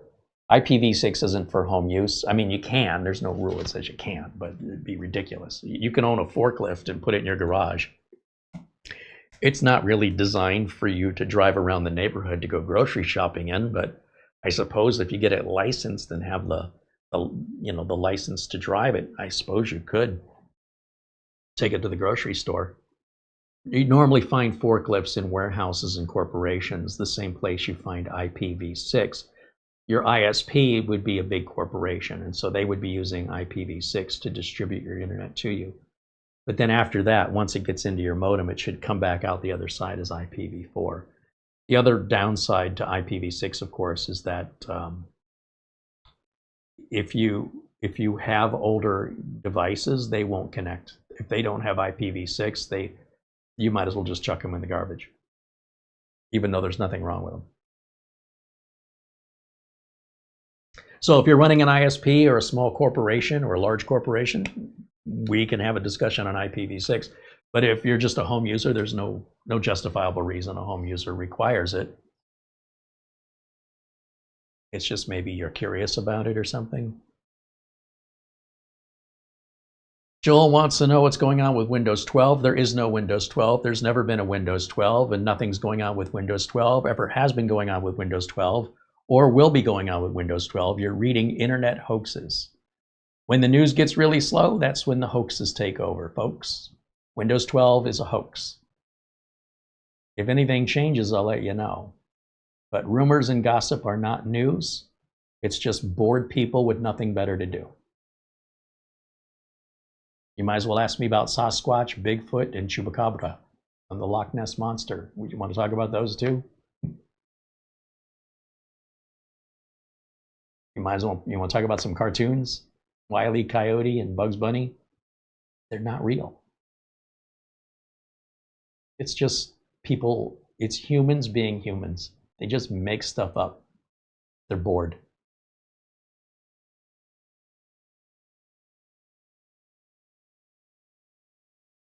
Yeah, Mark continues on a little bit more about IPv6 and how that applies to the industry, the internet industry, not to home users.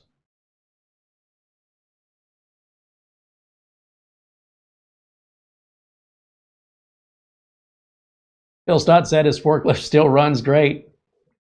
I'm sure you use it every day, Phil. Money well spent, my friend.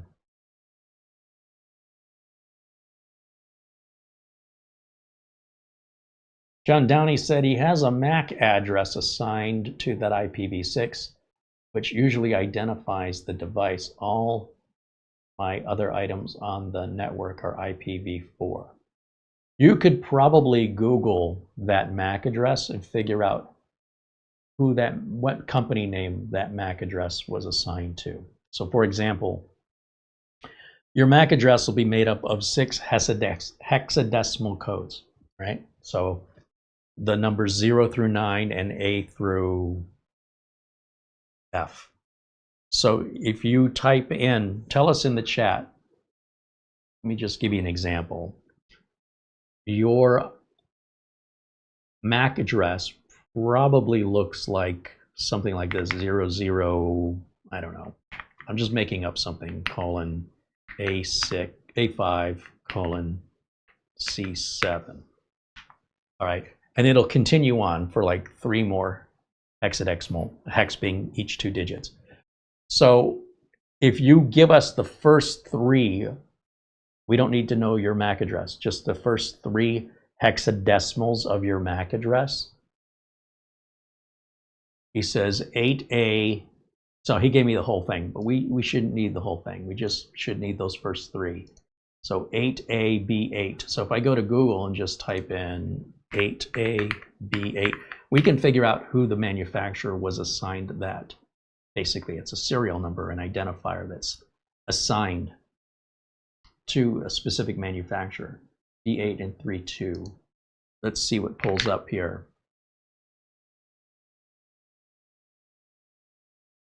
That one did not return a specific manufacturer.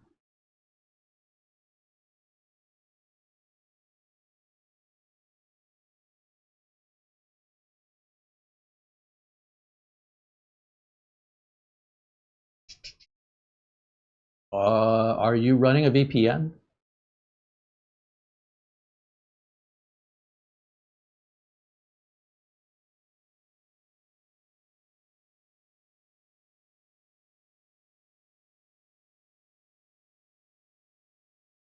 Something very similar. So B888A-60, those were assigned to Intel. So that would be an Intel-based, it may be an Intel-based network card. But does it say if it's on your wired or your wireless network?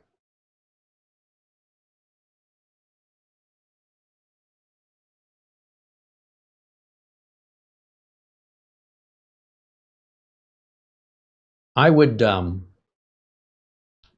don't know if we have a Netgear Nighthawk router laying around here. Because I would plug it in, and usually when you get your list of IP addresses that the router is assigned, on most routers it says if it's wired or wireless. I think you're not seeing it. Maybe I can just Google it.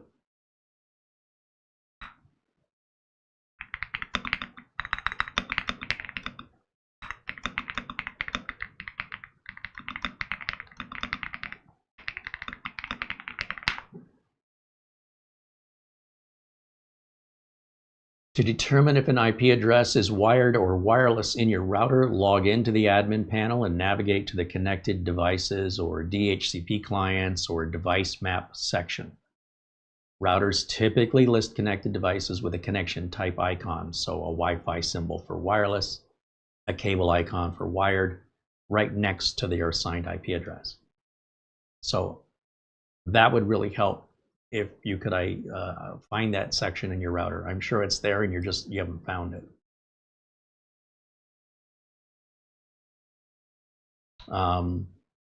Netgear also has a companion app that you could put on your phone, the Nighthawk companion app. And if you put that on your phone, it might be easier for you to find where the IP addresses are listed with the symbol rather than digging through all the menus and submenus. The router interface itself is quite complex for most people, and the app is simplified. So it may be worth it for you to just put the app on your phone and log into your router through the Netgear Nighthawk app. See if that becomes clearer for you.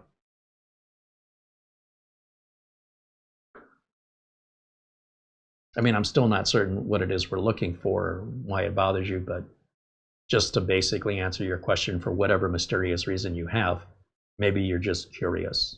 You know, nothing wrong with curiosity, and you know, what is it? You may not think it's a bad guy or a hacker. I just want to know what it is. People forget about all the Wi-Fi stuff they've got connected to their house. I mean, they got garage door openers and doorbell cams and every cell phone and every television, sometimes dishwashers or other appliances. Plus you have little trinkets and gadgets like Alexa and stuff like that, and people forget. You just live with it every day, and whatever it is, if it's using V6, it's probably something newer, something within the last couple of years.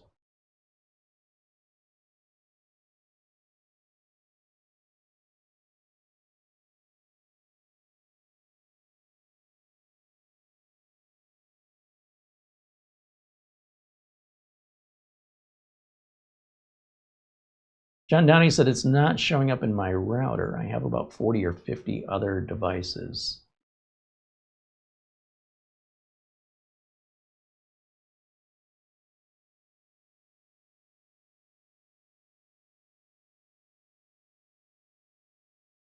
Well, the old school way that we would do this when we didn't have the tools is we would simply start shutting down each device one by one. So we would turn off the TV, unplug the Alexa, disconnect power to the garage door opener, or if you don't want to physically go and unplug everything until you find it, which is, very basic, simple diagnostic, you could change the password on the SSID and everything Wi-Fi will get knocked offline. See if that IPv6 is still there. Unplug the router, plug it back in again. The IPv6 you might be looking at may be coming from the modem, just so you know. So that's pretty common. People forget their modems are plugged into their routers, and they're like, I don't know what device it is. Well, it's your internet. Oh yeah, could be that simple.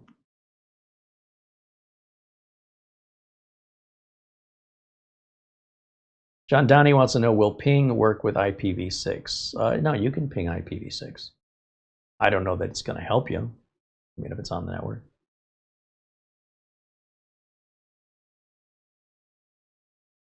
Andy says, Carey, I'm so short today, right? I didn't want to move the camera because I'll probably be standing tomorrow. So maybe not. We'll see how I feel. Getting old. Sitting down just sounds more appealing to me the older I get.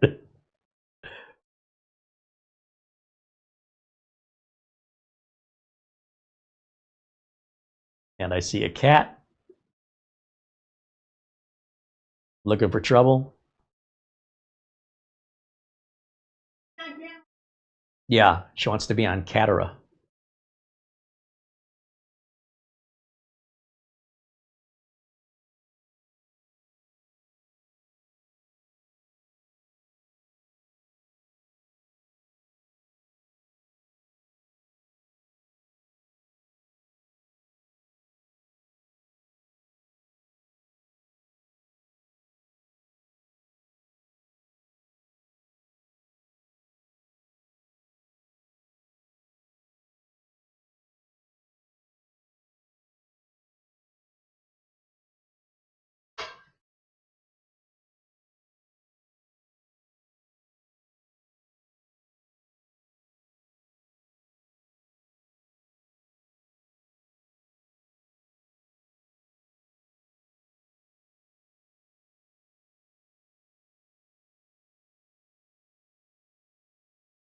So, yeah, if you have other questions for me, I'm not quite sure what else to tell you.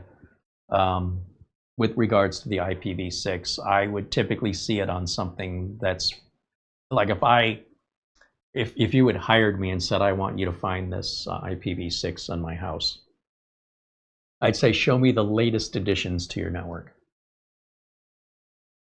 Let me see your phone. Let's turn off your phone, or let's disconnect it from the Wi-Fi, or let's go ahead and change the Wi-Fi password.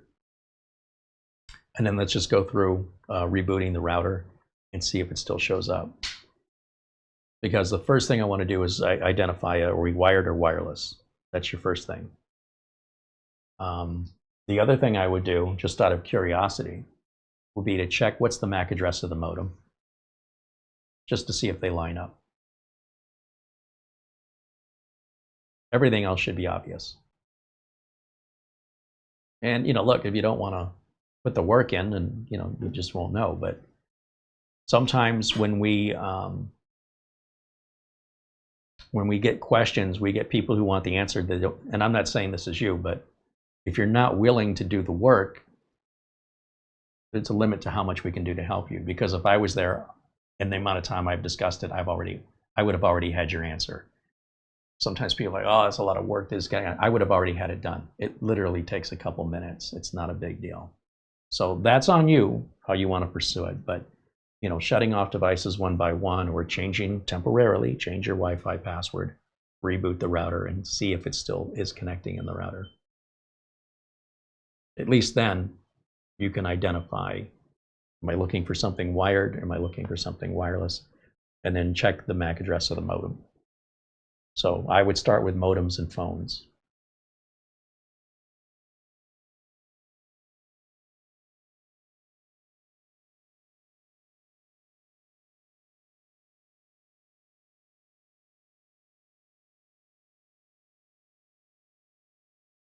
He says he pinged the address and he gets back an unknown device. Yeah, well, again, that's what we already knew, it was an unknown device. When you ping it, it's not really about finding out if it's known. It's about finding out if it responds.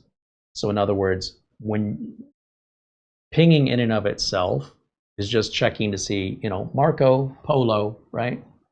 Hello, hello. So when you start disconnecting things, you continue to ping it until it stops responding. That's how you found the device, that whatever it was you just disabled. So you can turn off the Wi-Fi, ping the address again. If the address gets no response, congratulations, you know it's on Wi-Fi. Now you've just minimized down what you're looking for. If, on the other hand, it still responds, then you know it's wired. So go ahead and put your password back the way it was, and then work on unplugging each wire from the back of the router one at a time, and ping it until it stops responding.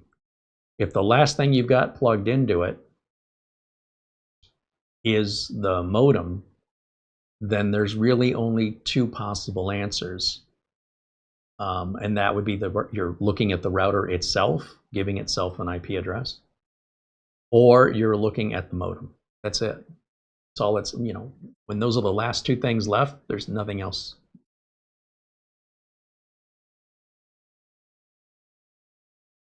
Nathan wants to know, I'm looking for some advice. My gaming PC turns off, and then it turns straight back off. I think he meant on. I've tested the power supply.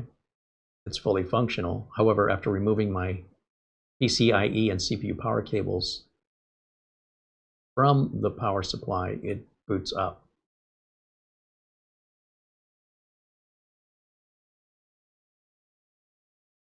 So in order to help you, say, like, you haven't told us anything about your computer. You haven't told us if it's Windows 10, Windows 11, AMD, or Intel. You haven't told us what video cards you've got. You haven't told us if this is a brand new machine or something you built yourself, or that it's been working great up until recently. When was the last time it stopped working? You just have a computer that has power that's shutting off, and you've tried disconnecting and reconnecting power. I mean, that's so vague. We want to be able to help you, but we don't know you. We can't see what you're looking at. And the beauty of the PC is that you could have one of 10 million different designs. In the world of Apple, if you have an Apple, it's the same as everybody else's in that product line. So for computers to have the independence and freedom that you have with specifically Windows compatible computers, we have to know how is yours different from everybody else. I have a car. My car won't start. I changed the battery. What kind of car is it? How old is it? Was this a car you built yourself, or is this a used car? When was the last time it worked? Is this an electric car? Is this a gas-powered car? When did the problem start?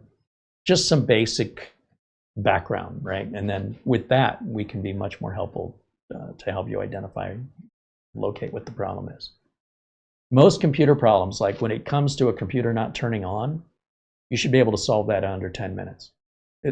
One of the best, easiest things that I can ever ask for in my career is someone brings me a computer that won't start. Maybe the fans spin, but it won't boot. There's no reason that should take more than 10 minutes. And the way that you diagnose that is you simply take everything off of the board. Everything. Take the video card out, take every cable and unplug every single thing. So all you're left with is the board, the CPU, the cooler, and the RAM. Everything else, every cable, every wire, completely disconnected. Then go ahead and plug your 24-pin power and your 12-pin, your 12-volt 8-pin CPU power. with nothing else, see if the system turns on. You might say, well, that's a lot of work. It's faster. You'll get the job done. You'll have it figured out in under 10 minutes. It's much, much faster. And in the career that I come from, you were paid based on how much you got done. So I live in a world of getting it done quick. We're not in a world of studying and researching and experimenting. It's just get in there, start making changes. First thing you do, yank all of those connections off of there. Pull your USB cables, remove any printers, anything plugged in, speakers, get rid of them. Keyboard and mouse, unplug them. Now, if your machine does need a video card because it doesn't have built-in graphics, go ahead and, that's a bare minimum device. Plug the video card in, make sure you give it power, plug your monitor in, nothing else. See if the system boots regularly. If it does, congratulations, you fixed your problem. Now, start plugging things back in one by one and turning the system on in between until you find the culprit. Sometimes you'll never find the culprit because one of the cables you disconnected was on the wrong set of pins. And because you just unplugged everything, you don't know. And when you plugged everything back in, you did it correctly. And you'll never understand why it now works because you never noticed those details. In my line of work, we aren't paid for that. We aren't paid to look at every little connection to see if you're off by a set of pins. It takes too much time. It's faster to disconnect all the pins regardless if they're plugged in right or not. It doesn't matter. Verify first that the board, CPU, and RAM are booting. Because if it won't even do that, then at that point you need to take it out of the case to make sure something isn't grounding in the case. So with it out of the case and with a different power supply, you can also try different sticks of RAM. If it's still not booting, then you have either a corrupt BIOS, a bad motherboard, or a bad CPU. That's it. This whole process shouldn't take 10 minutes. It is fast. But yeah, if you want to go through one by one and not take anything apart because it's going to take too much time, you'll spend days on it. I'll have it done and be fixed with 4 other computers, and you're still trying to figure out with a flashlight and moving cables around. That's no way to get it done. So the best advice I can give you is tear it down. Tear it down to the bare minimum and make sure it works as a bare minimum. Because if it won't work at a bare minimum, you're just wasting your time with everything else plugged into it. And if anything plugged into it is loose or incorrectly connected, it can prevent the system from booting. It could cause a shutdown, all of that. Yep. And if we get it out of the case, and so we've got the motherboard, the CPU, the RAM, right? Let's say we try swapping the RAM, makes no difference. We try swapping the power supply, makes no difference. So there went 90 seconds.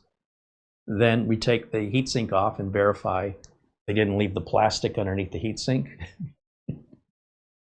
We check to make sure that the heatsink wasn't over tightened, all of that kind of stuff, which we don't do by checking it. We do it by taking it off, inspecting it, and putting it back on correctly.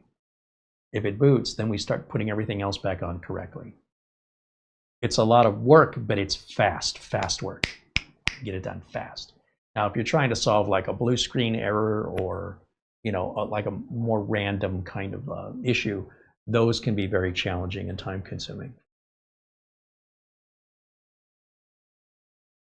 I've seen somebody plug a system fan in, 1 pin off, and the system won't boot. And you've got just all these cables. It's overwhelming. Nothing draws your eye to that one connector that's hard to see, which is how it got plugged into the wrong pin to begin with. You think I'm looking around with a flashlight? No. Just grabbing every connector and pulling it off. Because I don't know what else you might have done or they might have done. So I'm just going to do it myself to make sure it gets done right. So if I do it myself, then I trust that I've connected everything correctly. And if I don't trust myself, guess what? I'm going to do it again and verify I get the same response twice. But yeah, those are usually pretty easy to figure out.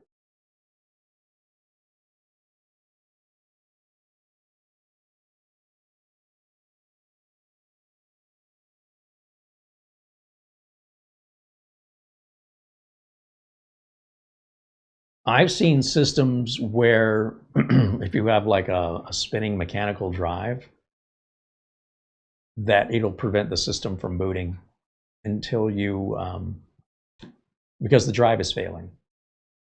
I've also seen a spinning mechanical drive attached to USB prevent a system from booting.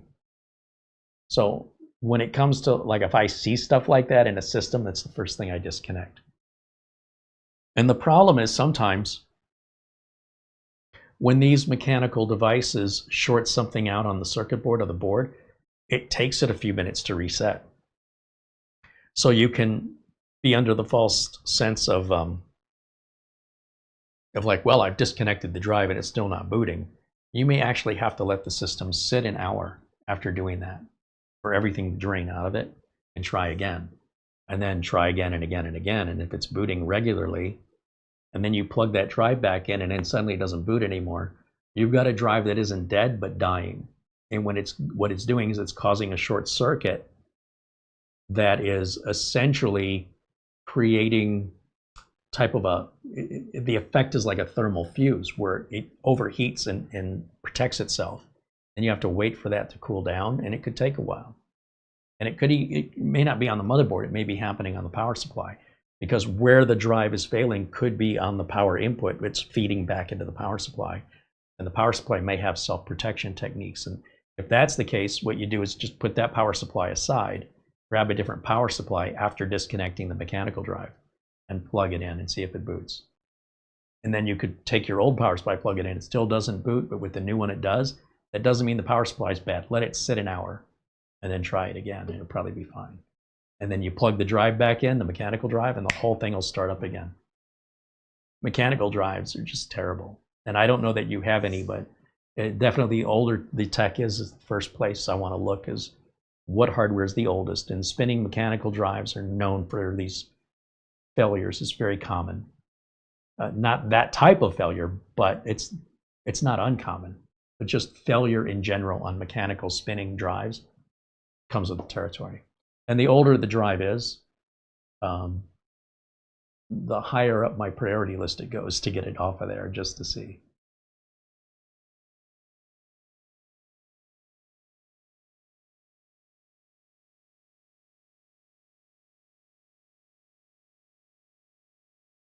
I see a lot of people, a lot of home users, they want to reuse old crap.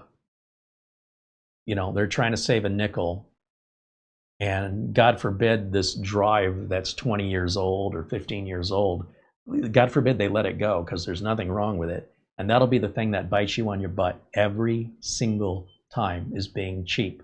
I'm sorry, but I'm gonna call it as I see it. You're the one, in this example, if this is the case, or at least in the example I'm giving you, that person is the one who made a bad decision to just cram in these old drives that probably in total capacity don't even match what a $50 brand new hard drive has in capacity. They say, well, I don't have $50. Well, take the drives out. Why should I? They work. This is why. So you might see somebody with 6 hard drives that have 200 gigs apiece. You're like, really? You have a 200 gig hard drive in here? Do you know how old this is? So I need the space. It's like driving without insurance. You shouldn't be driving your car without insurance. Well, I can't afford it. Well, then you can't afford to drive. Well, I'm going to do it anyway. All right. And when you get into an accident, you know, enjoy being in debt for the rest of your life. I just think it's bad decision making, and it doesn't, that thinking of just for today, I'm going to just, trust me, you'll live fine without it. But otherwise, if you do want to continue to use old hardware until it fails, this is what you can expect more of until you eventually say, you know what, I've had enough of this. And then you'll say, I finally agree with Carey. But I understand it because I was there. I understand. And I got tired of it. I also had employers that would fire me if I ever did that. So I got trained if I wanted to keep my job. We weren't there to save money by reusing old parts. We were there to save money by putting in new parts. It's a concept that most people can't wrap their head around until after they've spent the money and the time and they reach their breaking point. And then they realize this would have been a lot cheaper and a lot less hassle if I just would have bought something new or learned to live without it. But it's for each of us to go down that path in our own speed. And it's just very familiar to me. I was once there, and I'm not there anymore, and there's no way you're dragging me back, man. So it's just not worth it. These drives are cheap nowadays, so, you know.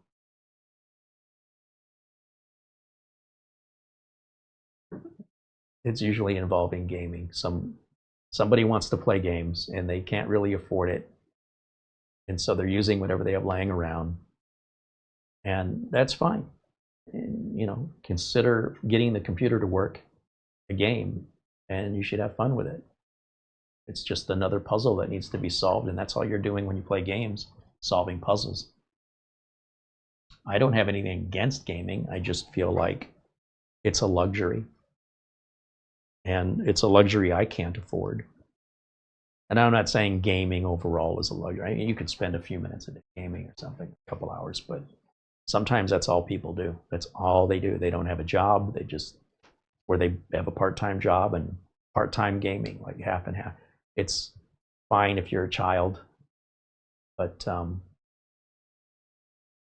you know, it'd be a dishwasher that needs fixing that's being ignored.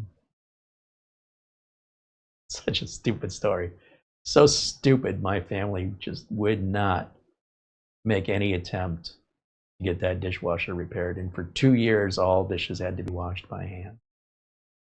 All because the drain line was clogged. The dumbest. This is my family. This is my mom, my dad, my brothers, my sisters. Just, nobody could get off their butt and actually make any attempt. It's just above them. There was no YouTube. You guys have YouTube, for crying out loud. And I just said, the heck with it. What am I going to do? Break it? And then we had a working dishwasher with. And once I got a taste of the success, I was looking for more things to fix. It's very addictive. I love fixing stuff. I'm almost bored if there's nothing to fix. But if I'm fixing the same thing over and over and over again, I don't want to do it anymore. Because what was fun, you know, hey, look, I did this light switch all by myself. Okay, now do 75 more of them. You know, the first dozen are pretty rewarding. After that, it becomes burden, tedious. Change a light switch. Can I just pay somebody to do this? Then when I pay somebody to do it, they don't do it right. They put it in upside down. They don't trim the wires correct. So I have to take it apart and do it myself, which I should have just done instead of redoing somebody else's work. So I really have to trust somebody. I have to really know them to let them do something as important as like electrical wiring in the house that can cause a fire, or any sort of construction that isn't meeting, you know, standard basic common sense code. Yeah, we'll just run the gas line right through the house. Okay, that sounds good. Cheaper. I've learned, you know, growing up the way I did, that just costs way too much money. It's much cheaper to do it right the first time and never deal with it ever again, or very infrequently. We would have a faucet that would drip, and rather than make any attempt to fix it or to call somebody, the answer was, we don't know how to fix it, and we can't afford to pay somebody to come out and fix it, so let it drip. And yet, what effect do you think that had on the water bill month after month? And where the water was hitting, what damage was that causing over time? You know how the Grand Canyon got formed, right? So this attitude just keeps you in debt. It makes everything much more expensive, much more painful. And if you want to live that way, you know, that's your choice. But at some point in my life as a teenager, it started with that dishwasher, I decided I didn't want to live that way anymore. And how hard could it be? And again, I had no internet. It didn't exist. So I just took it apart and reverse engineered it. I said, okay, well, if this line goes here and then it goes here, then How does this work? Water comes in from here. Water comes in, has to go out. So we got a line that goes in for water. We have a line that drains the water out. And that makes sense. What controls all this? Power. So how is that wired? Just a plug in the wall like a lamp? Is that it? That's all there is. Wait a minute. This giant appliance, there's 3 connections. That's it. Well, how is it bolted in there? There's just 2 screws under the counter. Just like special screws? No, just regular old Phillips, everyday Phillips screws. Where are they? Just look underneath. They go right up into the edge of the counter. Unscrew, unscrew, and then what? Pull it straight out. Is that? It can't possibly be that simple. It's actually simpler than that, but yeah, it's a pretty basic appliance. So we've not been using this for 2 years because people weren't rinsing the dishes before. That clogged the drain line and it caused the dishwasher to cease functioning. And now we have to watch. Now we can't just not clean the dishes before putting them in the dishwasher. Now we have to clean them entirely and not use the dishwasher at all. Yeah, that makes sense. And the amount of water we're using to wash the dishes is far more water, 10 times more water than what a dishwasher uses to wash the same number of dishes. You talk about feeling like an idiot. God, did I feel like an idiot. And did I lose a lot of respect for everybody in my family? What a terrible choice to just ignore it. To just give up and make no attempt. Under whatever excuse. I don't have the time, I don't know how, blah, blah, blah, blah, blah, blah. Sickens me. It's left PTSD where, you know, modern dishwashers have little garbage disposals in them these days. So you can just take a dish and leave it alone and it'll clean it and chop it up before it goes down the drain. A lot of new ones do that now. But I'll be damned if I'm going to wash that dish before it goes in the dishwasher. Because that 1980s PTSD that caused that problem that we lived with for over 2 years, because nobody could afford to have it fixed. And nobody had the time or the motivation to take it apart. Why couldn't my sister do it? I'm just a kid, I'm a girl, you know, whatever the excuse is. Like, oh, well, that makes sense then. Because, yeah, it's not possible a child could understand the simplicity of this if they made any attempt.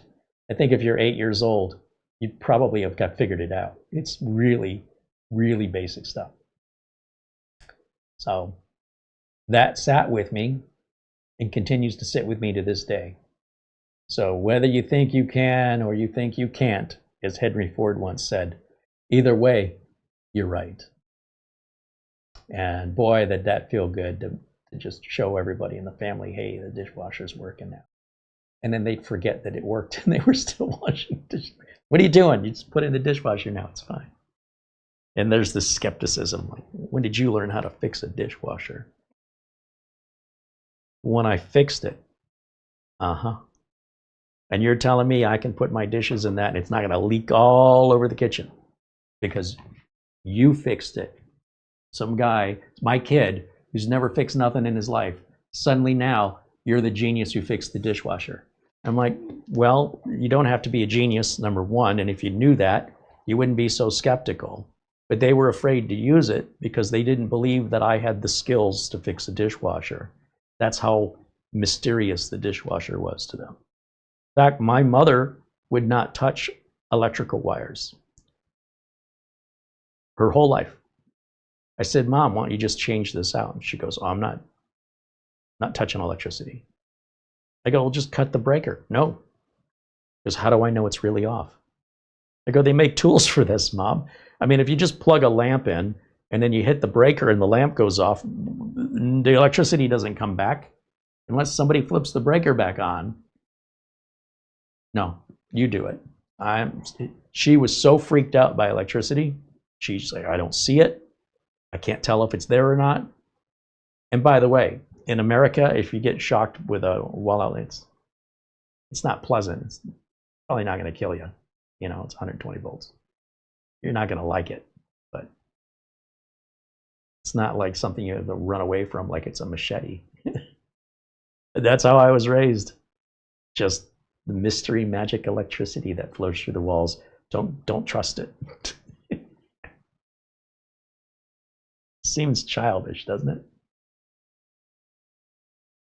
So it doesn't help if you don't have anybody believing in you, and you don't have anybody encouraging you. They just tell you to stay away from it. It's dangerous. You're a moron. You're an idiot. We don't touch that stuff. We're not smart enough to do that. And then I'm like, eventually, like, well, I'm going to look at it anyway because I'm hard-headed. How bad could it be? I shocked myself a number of times. That's when I learned what a breaker was for. I don't do it anymore. I'll check the breaker first. But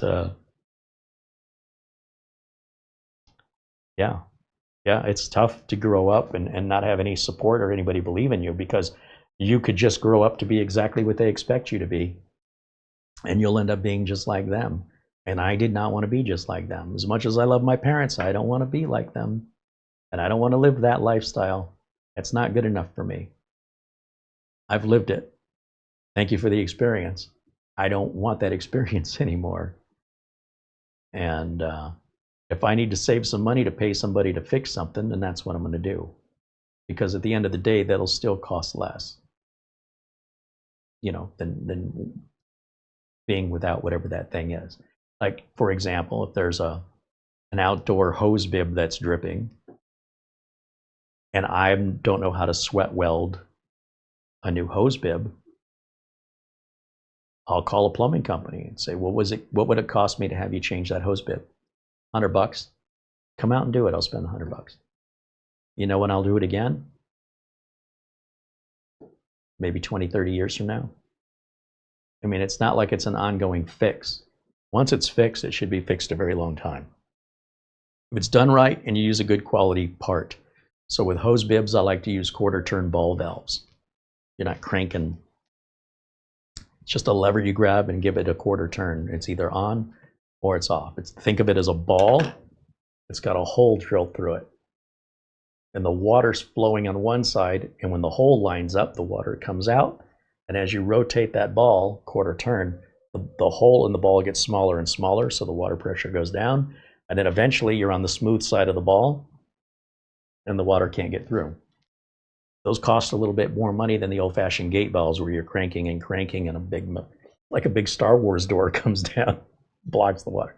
That's so stupid. They get frozen all the time, and they get stuck, and then you're cranking and cranking and cranking. So anyway, ball valves are a little bit more money, but they'll more than pay for themselves by being pretty much leak-free most of the time, and lasting a very long time, and not twist your arm 27 times trying to open it or close it. Just a simple quarter turn. It's especially helpful on a water heater. If your water heater were to burst on you, and it happens to everybody at some point, and now water is flooding wherever your water heater is, you want that water off quick. A lot of people have to go out to the street and find where the valve is, and that's always going to be one of those valves that you have to spin, and it hasn't been spun in years, and it's frozen solid. And in Arizona, it's 115 degrees out in the summertime, and that valve is probably 170 degrees, burning your hands. Get a glove. In the meantime, while all this is happening, hundreds of gallons of water rushing out of your. So yeah, if you just have on the water heater just a ball valve, and you just like that, water's off. That easy, simple.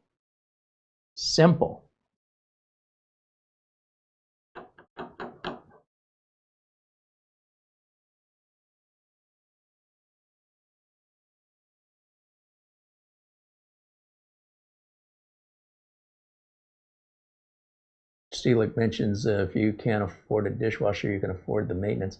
Nobody did maintenance. There was no such thing as maintenance. You waited till it broke, man. That's how it was. That's how it was in my family. W. Holmes said, I see a minis form. Well, I think this is the unit we had when I was demonstrating downloading the latest Windows 11 25H2 ISO image to make a bootable flash drive. We did that last month. And I heard from a fairly reputable source, but I'm still skeptical, that Microsoft is now updating that ISO image every month with Patch Tuesday. They've never done that before. Typically, the only time that ISO gets updated is when we go from 23H2 to 24H2 or 25H2, like once a year. I am not going to integrate updates manually into my own custom image. I'm not doing it. It's way too time consuming. So instead, if Microsoft is already doing this now, if this is something that is true, then this Tuesday, when the Windows updates come out, we'll fire this up, go back and download the image, and then see if file size is the same. So if the file size is the same, there's been no update.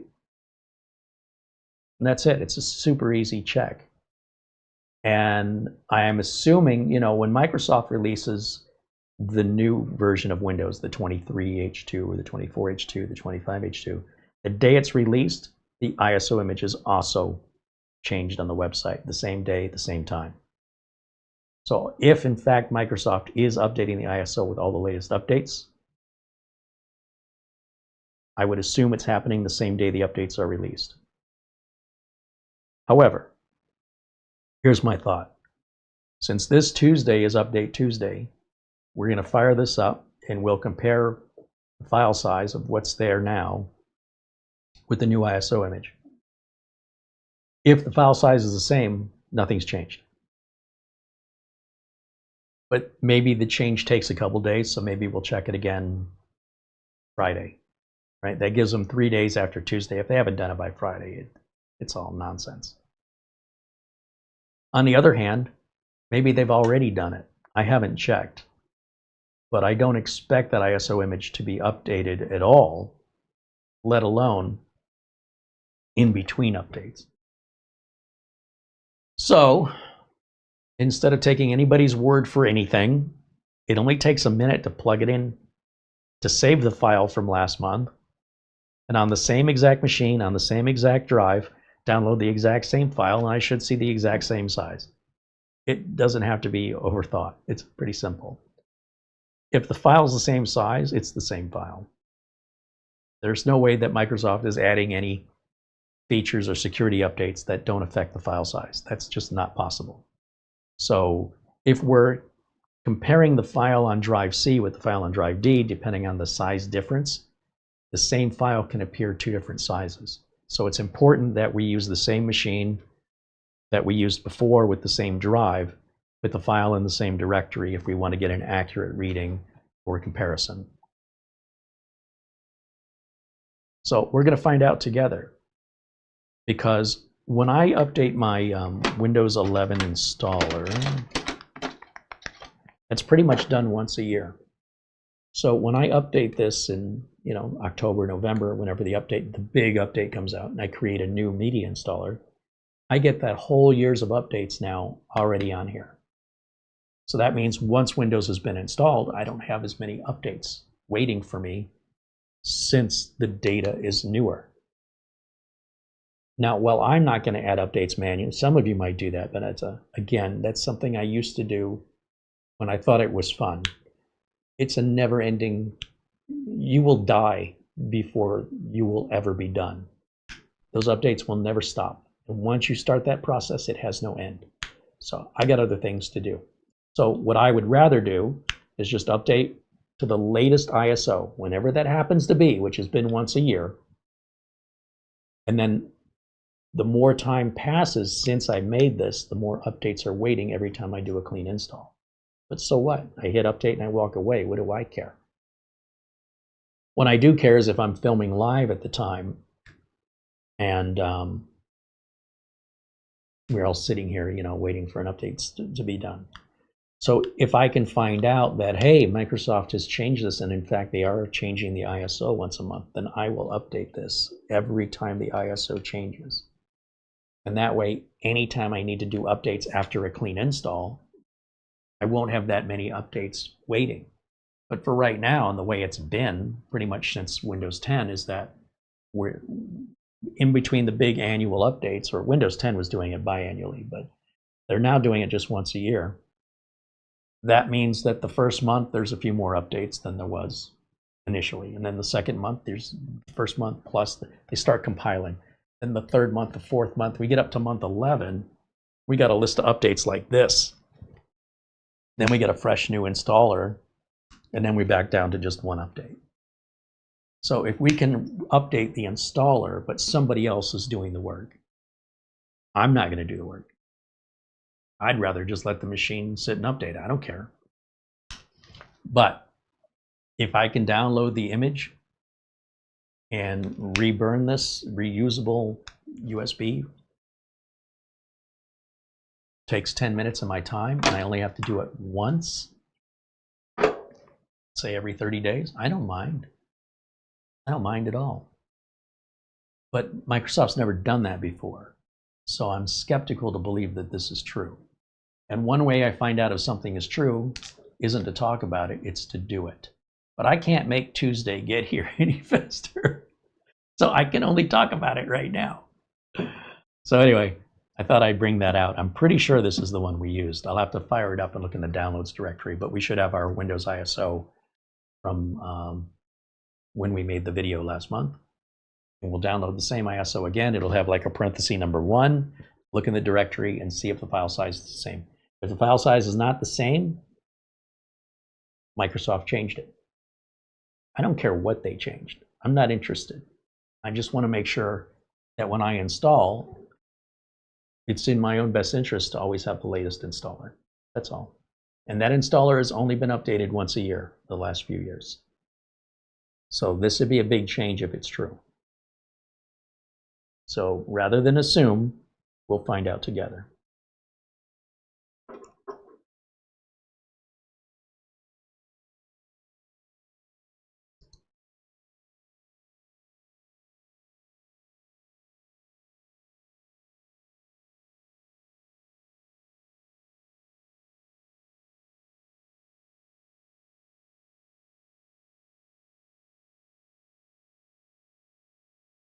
So Steelix said, Microsoft said it and it makes sense, so I'm not so sure they would lie about it. Well, Microsoft might have said I'm 10 feet tall and I weigh 4,000 pounds, but just because you told me what Microsoft said doesn't mean that's what Microsoft said. When you say somebody else said something, show me. Well, Carey said he was 10,000 pounds. No, that's not what I said. Yes, that's what Carey said. Then show me what, don't tell me what Carey said, show me. Don't tell me what Microsoft said, show me. Give me a link to a Microsoft official article so that I know you know what you're talking about. Otherwise, as far as I can tell, you just made that up or you believed it from somebody who made it up on the internet. I need a link. If you cannot post links in our live chat, send us an email. I'd love to see it. And then that way I'd feel a lot better if I heard it from Microsoft, not from somebody telling me what Microsoft said with no evidence backing up what they just said. Microsoft said Carey's the single best Windows technician they've ever seen in their entire lives. Okay, do you believe that? I hope not. You could sit there and tell me what other people say all day. I don't believe you. You need to provide the evidence. Otherwise, you're just adding to spam. I mean, just because you say something doesn't mean that I'm believing you. I don't even know who you are. Now, if you've established yourself as a regular here, that's different. But I don't know who you are. And you might be right. I don't know. I don't even know who you are. So show me the official statement from Microsoft if you want me to get on board with your statement. Otherwise, you're wasting your breath.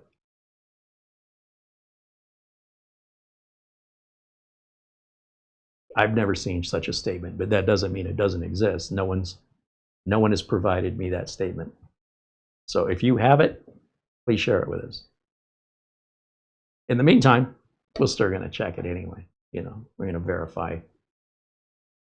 And that's why W.E. Holmes sees a minis forum out here. We're getting ready for that here in a couple days. Andy said he's thinking of getting a new bare bones mini. Time to make a new Windows installer. Nice.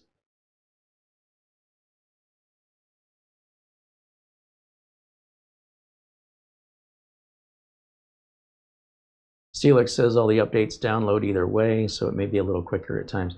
Well, it depends how many machines you're doing, right? If you're just a home user and you got your 1 or 2 computers, you don't live in my world. You know, as you can imagine, I've been doing this professionally, repairing computers for companies and individuals by the hundreds, by the thousands. So how much time you save is not universal for how much time somebody else might save. But to each their own.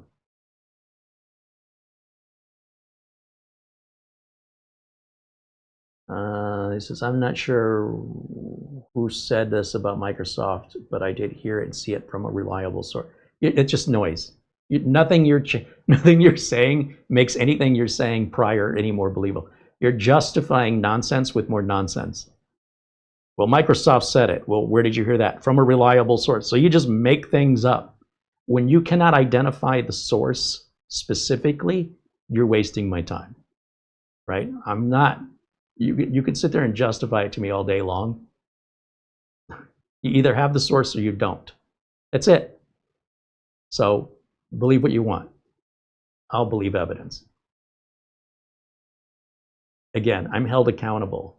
You can believe anything and it doesn't have any impact on you. If I start providing customers with misinformation, I'm probably going to lose some customer confidence, maybe to a point where I lose business.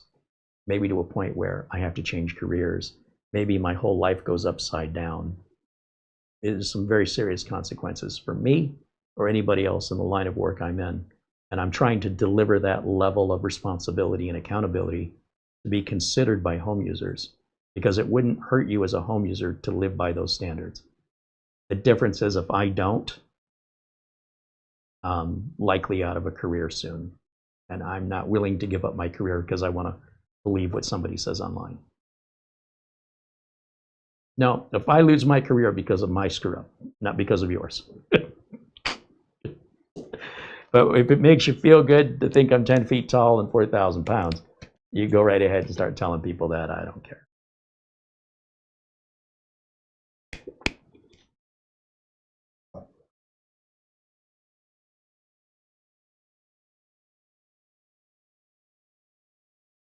David Graham says, why am I thinking of Monty Python? Because the whole discussion is so absurd, it's funny. Just keep saying it over and over 6 different ways. That'll make it true. I'm not saying it's not true. I've just not seen any evidence, and everybody who claims it has, not a single person who's claimed that has been able to provide evidence. So what motivates people to just latch on to things without any evidence or proof? I guess these people have more faith. I don't know. I just don't understand it. I don't know why somebody would dig their heels in the ground or fight for what they believe instead of fighting for facts. Believe whatever you want. I'm not telling you not to. I'm just not believing it. Everything's fine.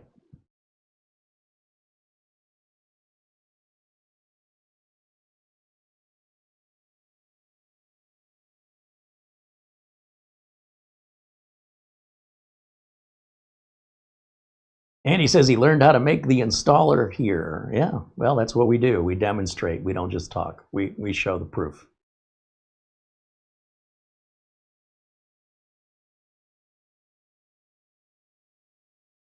If there's no proof, just fish stories, man. Entertainment. Enjoy the entertainment.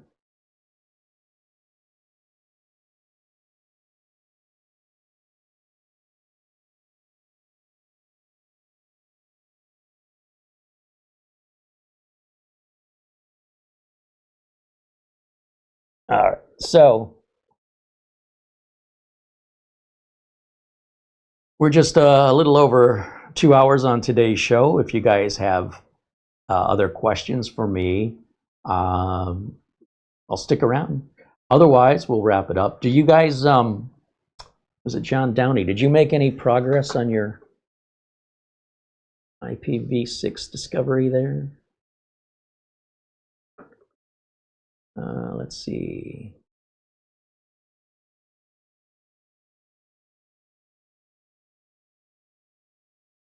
Bikeman said when our water heater broke at our old condo in 2018, we just waited for condo emergency maintenance to come take care of it. Well, that's the condo's responsibility, right? That's not yours. If you're a homeowner and you're the one paying homeowner's insurance, the cost of the repair and how significant it's going to be, how much water damage, plus the water bill. But if you pay rent or you live in a condo, usually you're not allowed to fix things yourself unless you have written permission. It's not your place. So when I was making those comments, I was raised in a home my family purchased. In fact, I've lived in no other way. So my dad for a while lived in a condo. So when we lived in a condo, we didn't have to mow the lawn.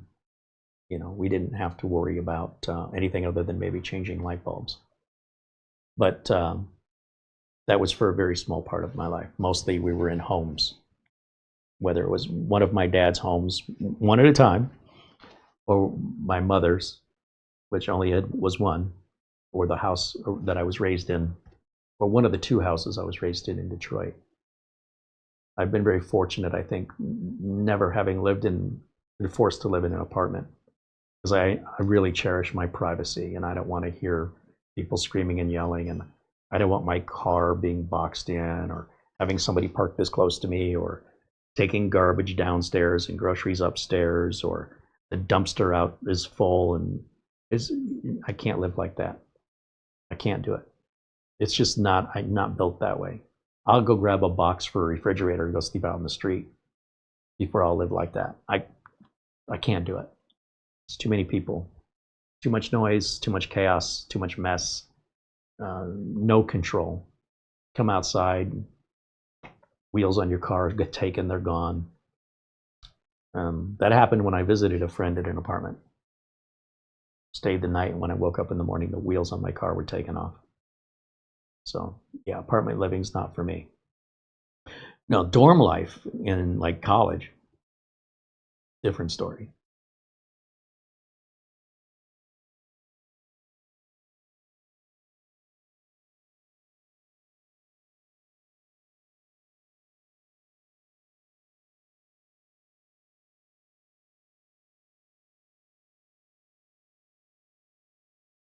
Eichmann said they probably thought you gave the dishwasher more power, but in reality, you just fixed it. Well, yeah, I wasn't trying to.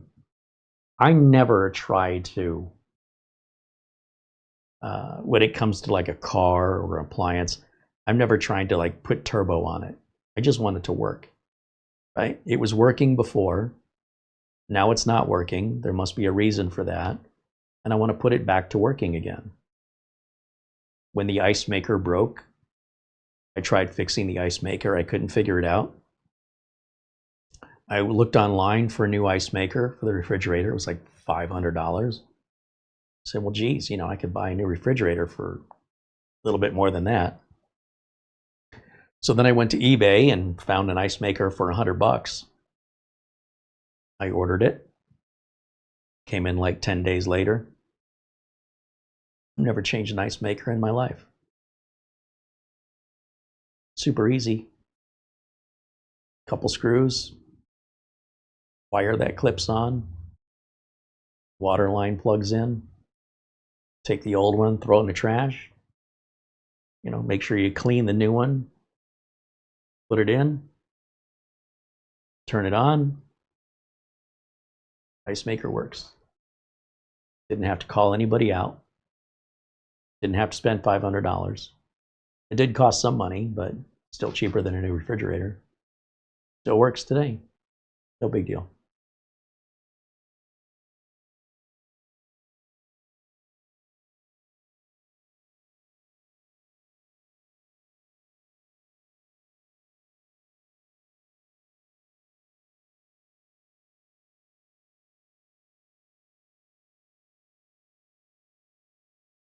W. Holmes said he ran into a similar problem with a computer where the reset switch, the connector was off by one pin. Yeah, that's not good. But sometimes these fixes are so easy. I always check the easy things first.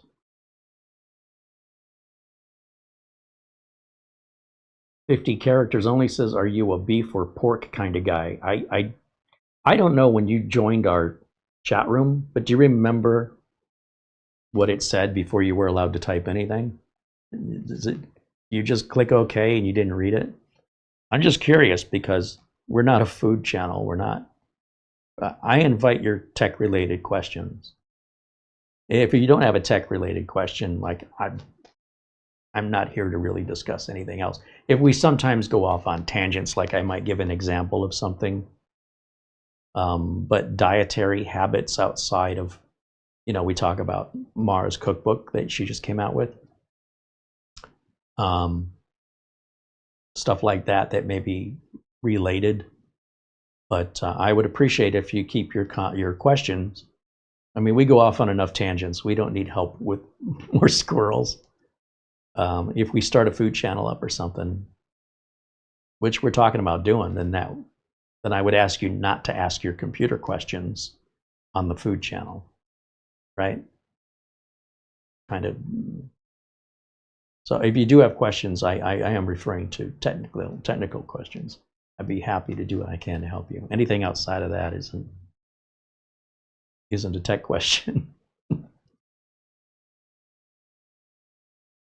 Ben Laird wants to know, have we closed down the forum? Yes, the forum was shut down because nobody was using it. It went an entire month without a single user, and I told Mara just shut it down.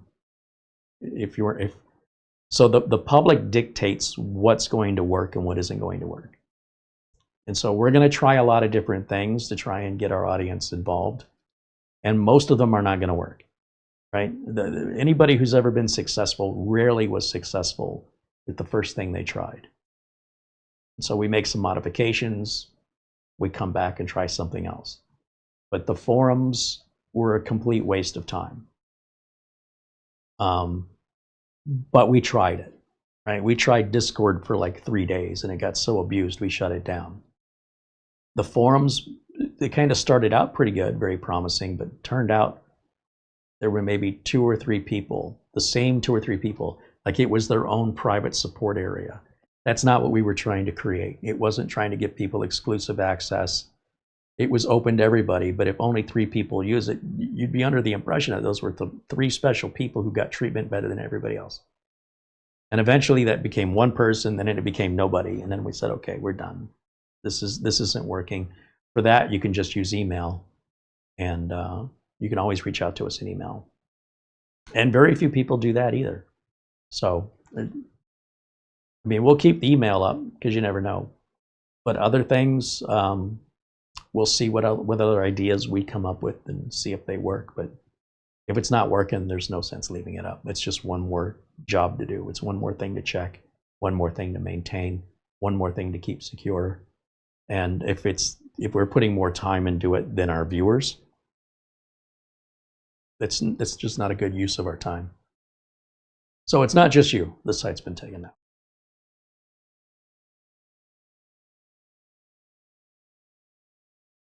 Do I think Apple's new $599 MacBook will make a dent in Windows? Oh, we're going back to the beginning of the video. I guess you weren't here for that discussion. Just go back to the beginning of the video. We've already discussed it. Okay, so any questions we haven't already answered that are tech questions, be happy to answer. What tool would you recommend to wipe data from an SSD when reselling your computer? I think if the data is critical, keep the SSD. Keep it.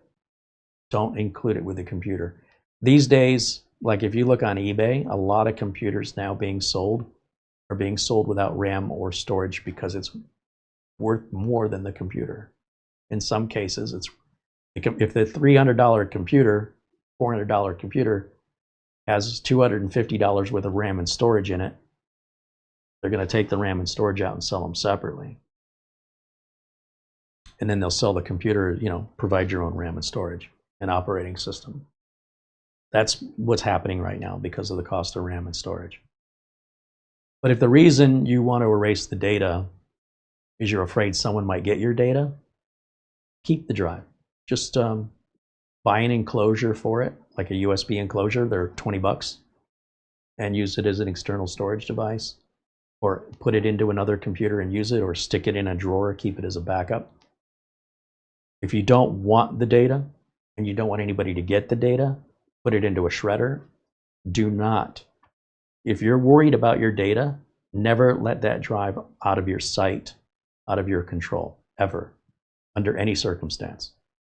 You either keep that drive in your control or you destroy it. If it's just general data and you don't care if anybody gets it, like there's nothing important on it, just format it, you're fine.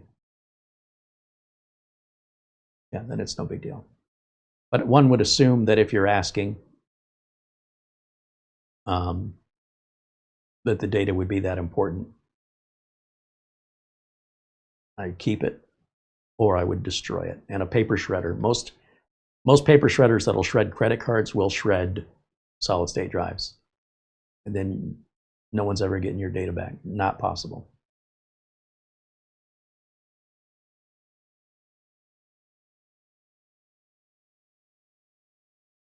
Jim Kinney said, PC would not turn on. You suggested checking the power switch. That was it. Switch the power and the reset switches, and now it works great for free. Thank you, Uncle Carey. Nice. You know what works good for that, by the way? If you end up, I've learned this since, but if you end up with a power switch that stops working, you're going to make me get out of my chair.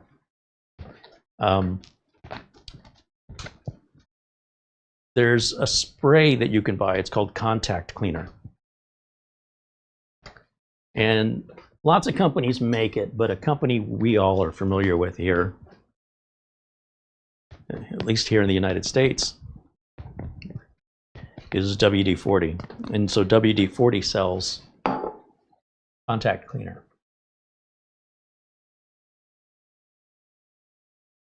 So what you would do is, let's say you had a switch and you're pushing in on the switch and nothing's happening, is see if you can get access behind this switch. You know, take the front of the computer apart, and the switch may be sealed. It's possible, but even still, if the switch is sealed, make sure you have no power. I would just disconnect everything. Make sure you have your little straw attached. This comes out with a lot of pressure, and it's easy to flood too much in there. So what you want to try and do, not that flooding it's going to cause a problem, it's just messy, is you want to get around your power switch and get around the edges of the button, see if you can spray down inside of it. And, you know, have a paper towel handy, because even when you do this cleanly, it's going to drip all over and it will evaporate. If you spray a lot of it, it'll take a lot longer to evaporate. So it's best to spray in little spurts. Give it a second, hit it again, and at least that way it keeps evaporating between spraying. And try and get access from the front, back, top, and bottom. Even if it's still covered in plastic, see if there's little openings anywhere that you can get that liquid into that opening. Be as thorough as you can be. Maybe set a paper towel down or some newspaper down, so that when it runs out onto the table, it doesn't stain the table or strip the paint. Like on my desk here, I wouldn't want to stain this, so I would maybe grab a rag that I don't care about, set it down, or take it outside, you know, spray it outside on the sidewalk or something where you don't care. And then the other thing about doing it outside is it'll evaporate a lot quicker on a nice warm day. And if you're not sure if it's evaporated or not, it's not conductive. I mean, you can still turn it on while it's dripping wet. But if you want the best cleaning of it possible while it's wet, push the button in and out and try and work that contact cleaner in there. And then let it sit for about 20-30 minutes. I mean, it should be long dry after 5 minutes, but just to be extra thorough, you know, I'd say 20 minutes. Then plug it in, try your power switch. You'd be surprised. That'll fix it indefinitely after that. It won't ever happen again. The only reason I say that is every time I've used this and it's worked, I've never had to use it on the same computer ever again. Maybe I haven't waited long enough. But NZXT had a bunch of cases where this was a known issue, and this has fixed it every time. So this can, I think it's only about half full. I've used quite a bit of it. I use it very generously. You can't over clean something. It's non-conductive, but always disconnect power. And if you take it outside, you're going to have to disconnect everything anyway. So why not just take it outside during the day when you can see, give it a good spray down. Not the whole thing, just the area around the switch. Or if you can disconnect the front panel, so you just have the front panel, take that outside. It's a lot easier to carry out there. Spray it every which way you can, shake it off, push the button in a bunch of times, spray it again, push the button in while it's wet, shake it, let it sit out there for about 20 minutes, bring it back in. I'll bet you your power switch works again. I'll bet you. Easy fixes, my friends. People sometimes overlook the basics and they go right to the complex, but the fact that you've identified the problem is the switch, well, you just did the hard part. The rest is easy. The idea that your switch has gone bad is highly unlikely. Possible, but I'd say 8 or 9 times out of 10, the contact cleaner is all it needs. And then if you're just very unlucky and the contact cleaner still doesn't fix it and your micro switch has been damaged, well, then it's up to you if you want to just get a new bezel or if you want to solder in a new micro switch, depending on your comfort and level of skill. So, or just leave it as it is. I mean, it doesn't really matter for most people. Reset switch and power switch, aside from their location, they do the same job. So if you're happy with it that way, leave it alone. But I'd want to know, right? And the contact cleaner is something I always have. If you don't have contact cleaner, something like brake cleaner used on cars, it's basically the same thing.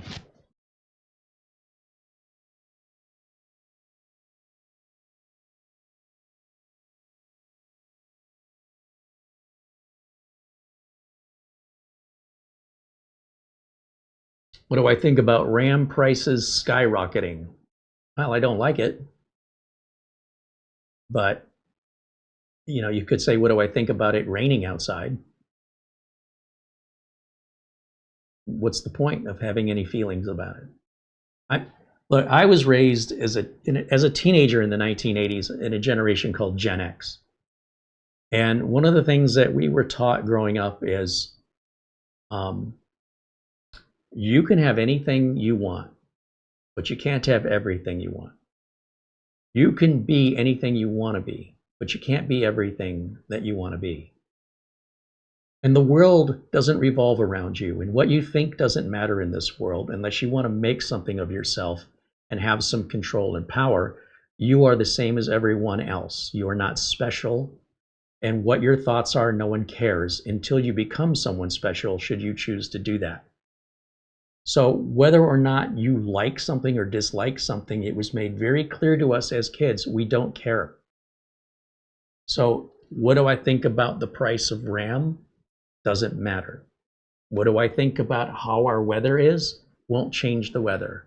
It's not my job and I don't have control of it, and my thoughts of it are completely pointless discussion that I seem to see a lot of the younger generation asking such things as though what they think matters.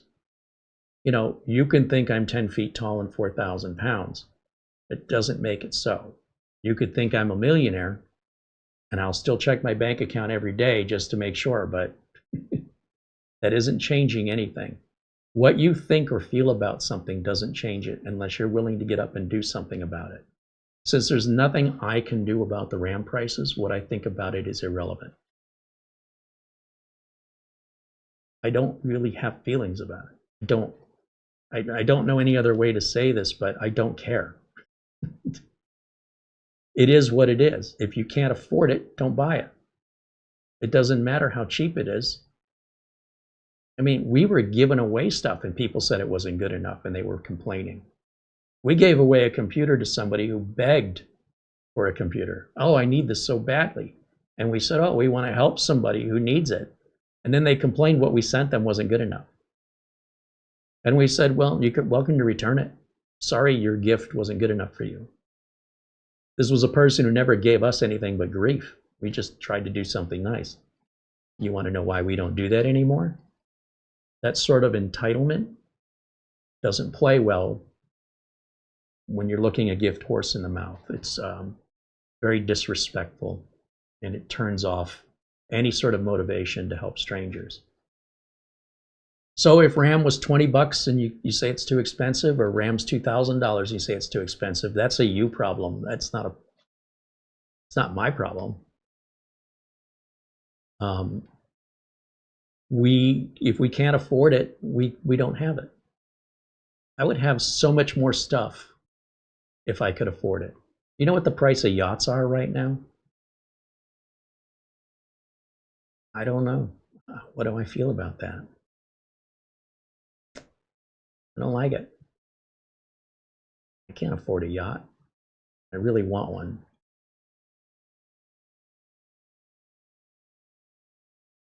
Let's talk about that. What a pointless discussion.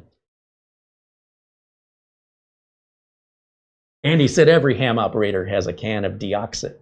I've never heard of it, but okay, there you go.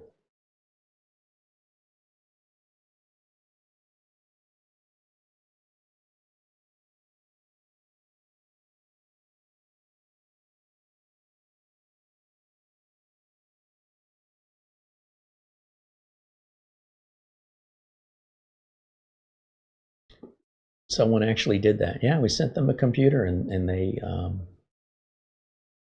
said, hey, the computer you sent needs a DisplayPort cable. You didn't tell us that. My monitor only has HDMI. How am I supposed to use this? You should have disclosed that the computer you were giving away was DisplayPort only. What the hell am I supposed to do with this thing? Now I got to go buy an adapter? I don't know if you need to buy an adapter. Maybe your monitor has DisplayPort. I mean, I showed the computer. You could see the ports it had on it. I'm pretty sure I named them all off and you weren't paying attention, or you're just greedy and saw something for free. Didn't really realize what you asked for. But an adapter's 10 bucks. You order it from Amazon. What's the big deal? I think they thought I was going to send them an adapter for free. No, that's not how it works. If you don't like your gift, simply put it back in the box and pay the postage to return it to us. We will gladly take it back and gift it to somebody else. We apologize for any inconvenience our gift to you may have caused. And we never did a giveaway after that again. That was the last one. Because it had been building. There were some other issues we had. We sent a computer to somebody who felt it was damaged in shipping, and without checking with me first, opened it up and destroyed it, and then said, well, in my attempt to open it and fix it, I ripped these pieces off of the board. This was a person who desperately needed a computer so badly that they stood out as somebody who would really benefit from receiving such a nice gift. Then it occurred to me the reason they don't have a computer is because of this mentality that I'm just going to take this brand new precious thing that I desperately need and disrespectfully open it up and rip it apart with such force that it permanently rips pieces off of the circuit board. I mean, not even so much as giving me an opportunity to offer them some suggestions. They just decided in and of themselves, through impatience and intolerance, to take this gift that they so desperately needed and destroy it, and then say, well, it doesn't work. It worked when I sent it to you. Well, it was damaged in shipping. You should have sent it back. Well, I'll send it back. Well, I don't want it now. What am I supposed to do with it? Well, that's all right. I'll send it back anyway. I got my other computer working. So you didn't need it to begin with. So yeah, the giveaway stopped. You know, the public is going to do this. If the public is going to be so demanding and intolerant, then any services to the public will go away. And it'll be because of the public they lost it.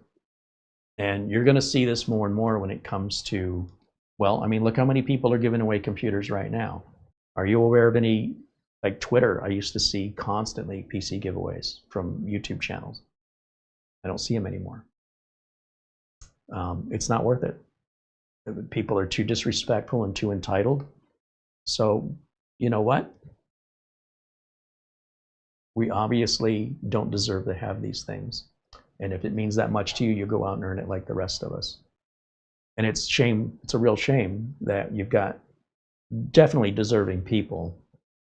We did focus on giving computers away to veterans, and that was very rewarding. Well, unfortunately, we had one veteran that, was also continually asking us for more and more. And I was very cautiously saying, we're glad to have helped you, but we're not here to take care of you for the rest of your life. This is meant to help you get back on your feet. What you do with this is on you, right? But it's not meant for you to use it for a couple of years and say, oh, I wore this one out, can I have another one? No, we didn't adopt you. A one-time gift for you to help yourself. And if you didn't help yourself in the years that you've had it, you're back to square one again. It's all we can do for you, because there's a lot of other people that need our help. So where you get help 2 or 3 times, somebody else isn't getting any. So we're trying to make it equal and fair for everyone. We don't want to exclude anyone.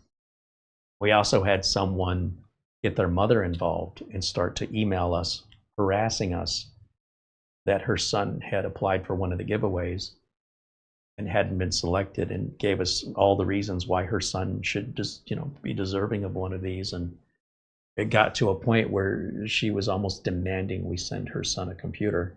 And I don't know if the son knew she was doing this, because he was also emailing us constantly asking for a computer.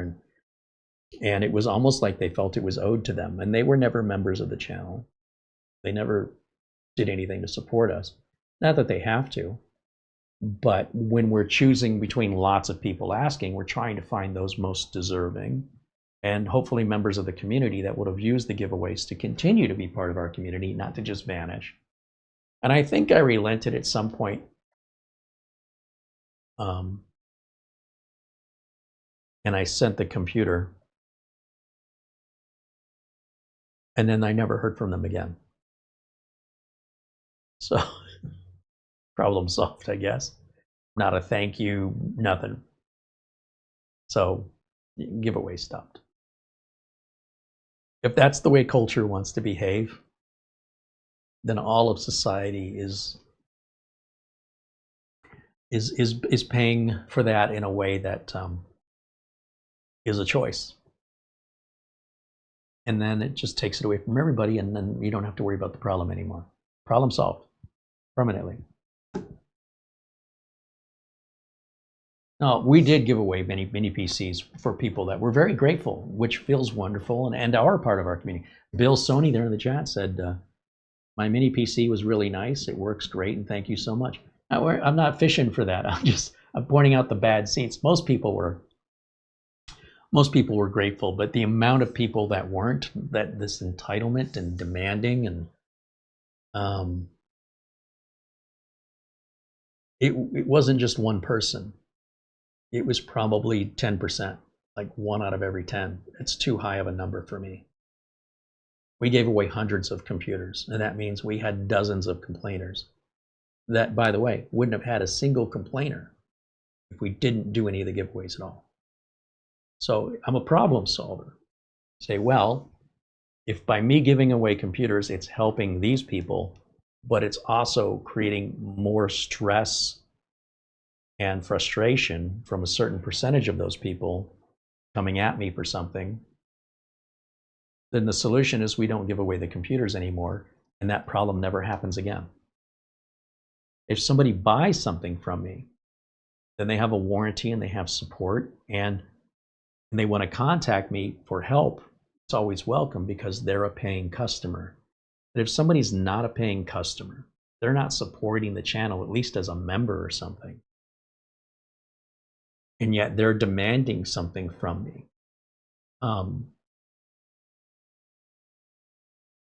I need the house payment made. I need the electric bill paid. I need to put gas in the car. I need to put food on the table. And I don't mind doing a little, quick help now and again. But it needs to be my choice, not theirs. They can't tell me what to do, because they're not a customer. I'm not losing any business if I tell them to just go fly a kite. I'm a customer. No, if you've never exchanged money with me, you've never been a customer.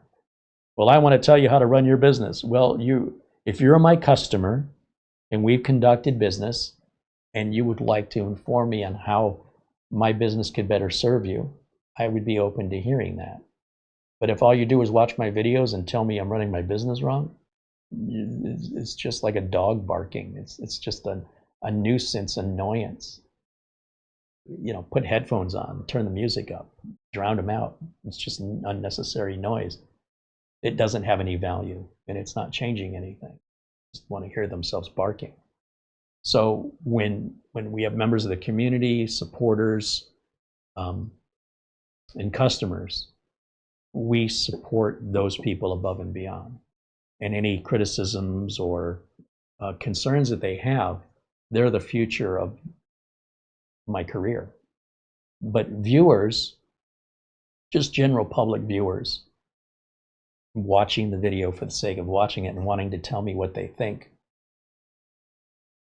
I mean, try that at a restaurant. Just go into a restaurant where you've never been a customer, never ordered any food, and tell them that their operating hours are inconvenient for you.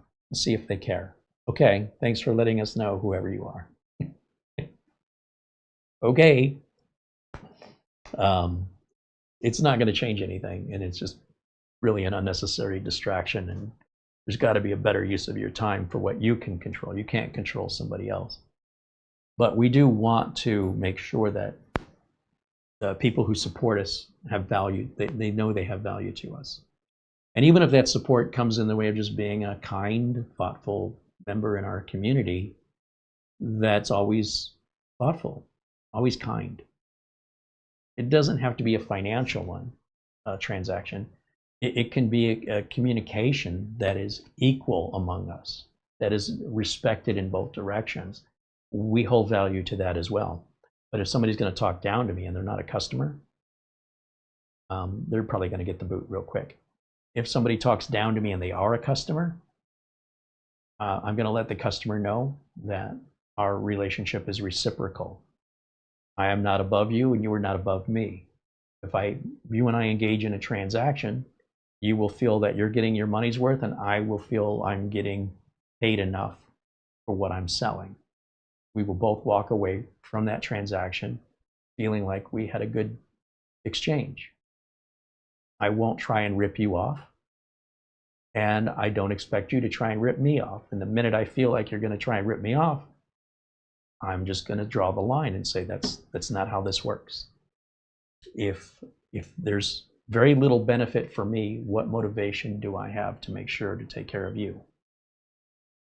But it could be an emotional one. It could be that we've been communicating a long time. We've gotten to know each other, right? It doesn't always have to be financial. So when complete strangers behave that way, you can understand just how disconnected that is from reality. And I don't know how that works in their life, because I can't imagine any scenario that actually gets them what they want. You'll catch more bees with honey than you will with vinegar, right? And a bee doesn't waste its time arguing with a fly over how much better honey is than crap. It's a waste of time. You let me know if you see a bee and a fly having that discussion. This fly's like, you sure you don't want to try some of this crap? And the bee's like, this honey is so much better. That conversation ain't going anywhere. Nobody's changing the other one's mind.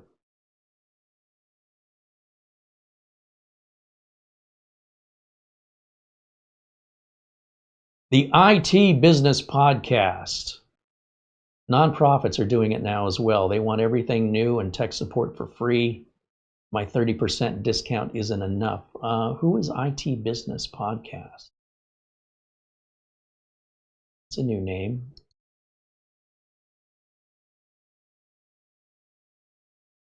We love having other content creators here. I'm just trying to figure out.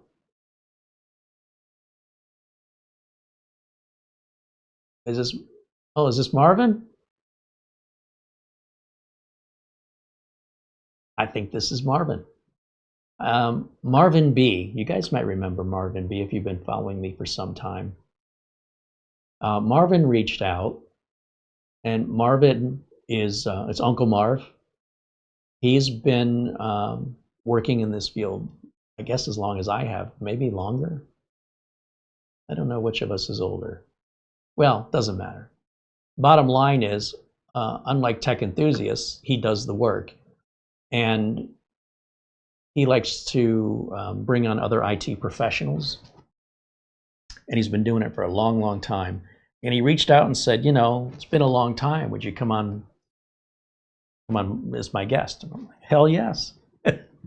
So I think we're doing that on Wednesday the 11th, I think, aren't we, Marv? I'm looking forward to it. I haven't talked to Marv voice to voice in a number of years. So yeah, I hope you guys will check it out.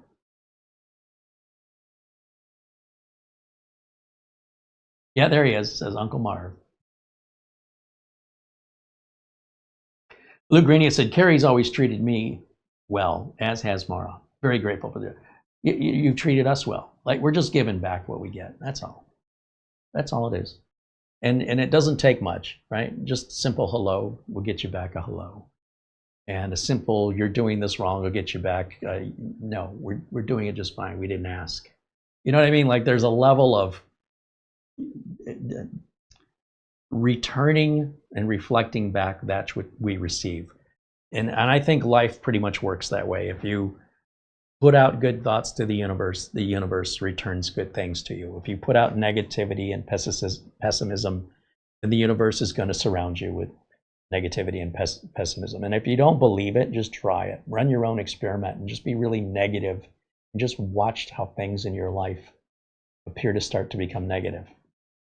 And then purposefully make an effort to shift your thoughts to positive and watch how things in your life mostly turn out to be positive.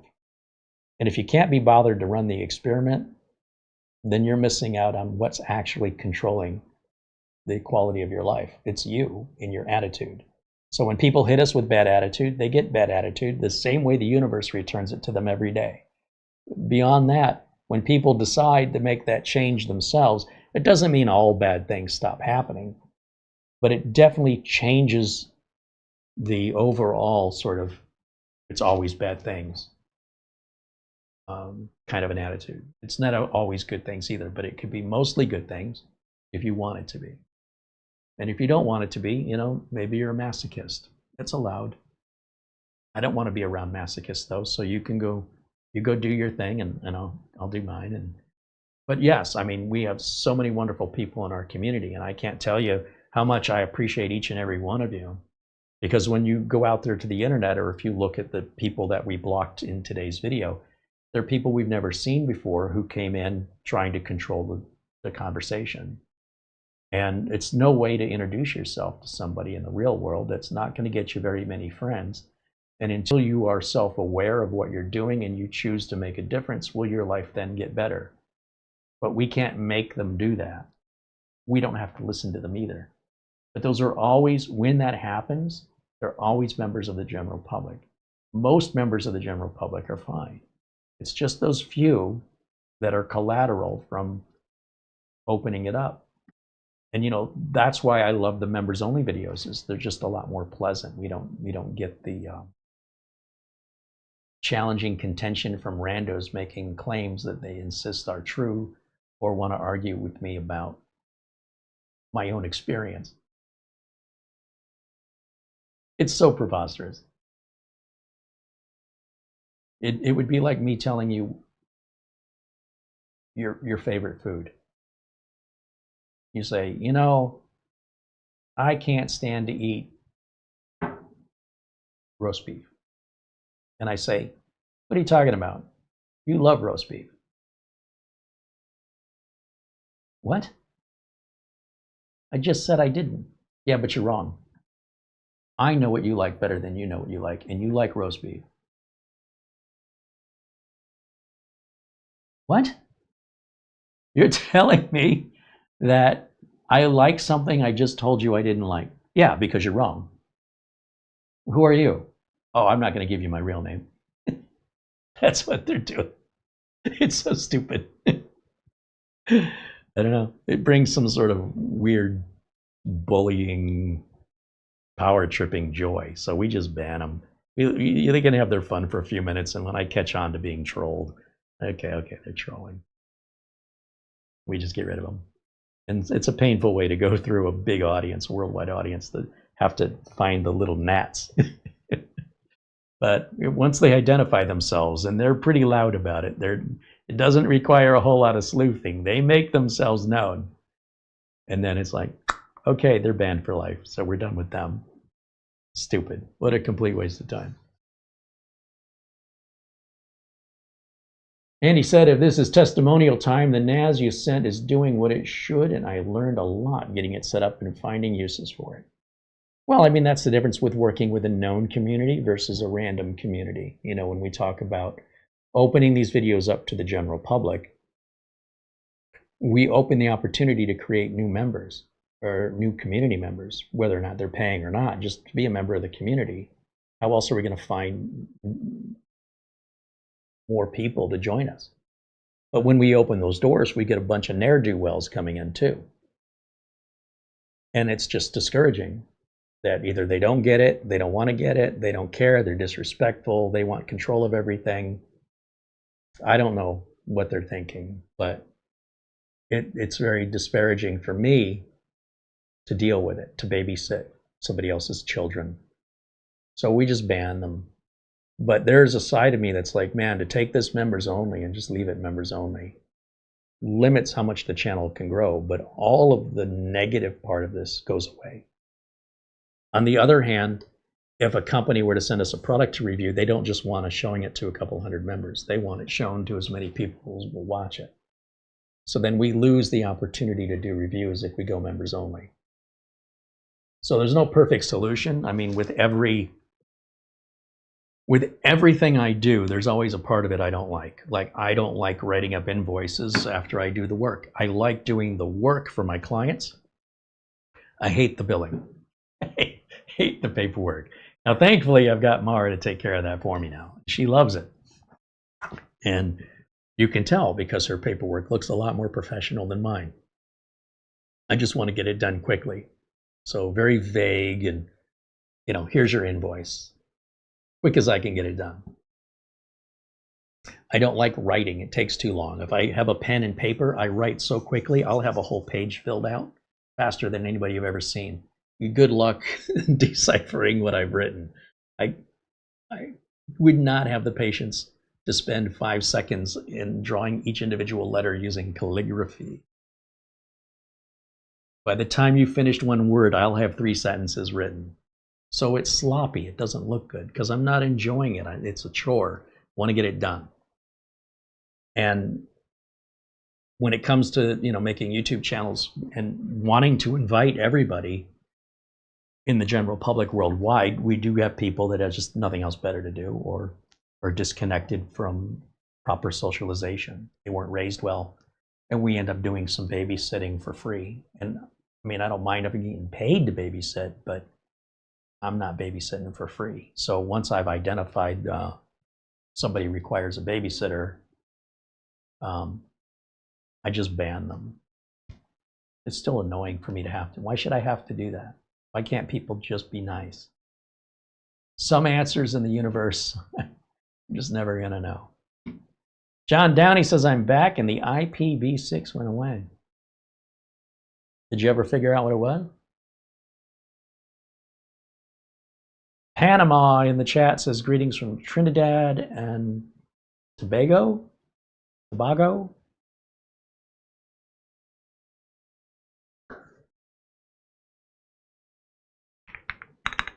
How to pronounce. I know one good way would be to just go there. Tobago.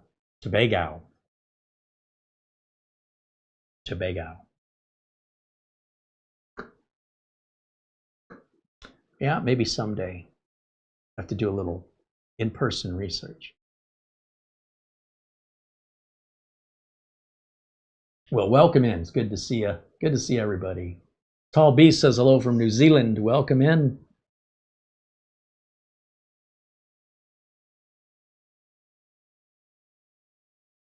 Yeah, Uncle Marv says Wednesday night. Yeah, this Wednesday on Uncle Marv's show. I'll be a guest on his show. We should return the favor and invite us over here on our show.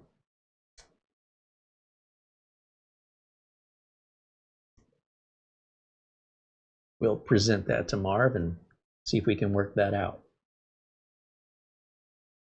I'm looking forward to it. I think it'll be a great discussion. And I also notice, you know, Marv talks a lot with much larger ISP or MSPs than myself. So part of me is like, geez, you know, I'm just a one-man operation. Do I really belong on the IT business podcast where he's bringing on people that have employees and run corporations for services that are sold, like remote management software stuff that's, you know, some large corporation. But, you know, Marv knows who I am, so I have to assume he knows I'm not at that scale. And, you know, maybe that's specifically what he wants. But I do say that I feel a little intimidated by, you know, these people talking about their paradigm shifts and their platforming. And I'm like, I just fix computers like a regular guy running my own shop, and I don't use any of those companies. I'm not that big.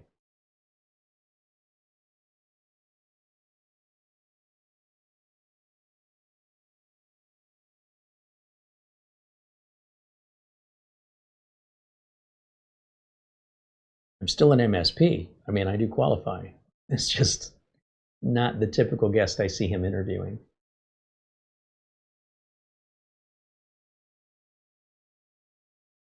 Martin says, why do you have so many computers?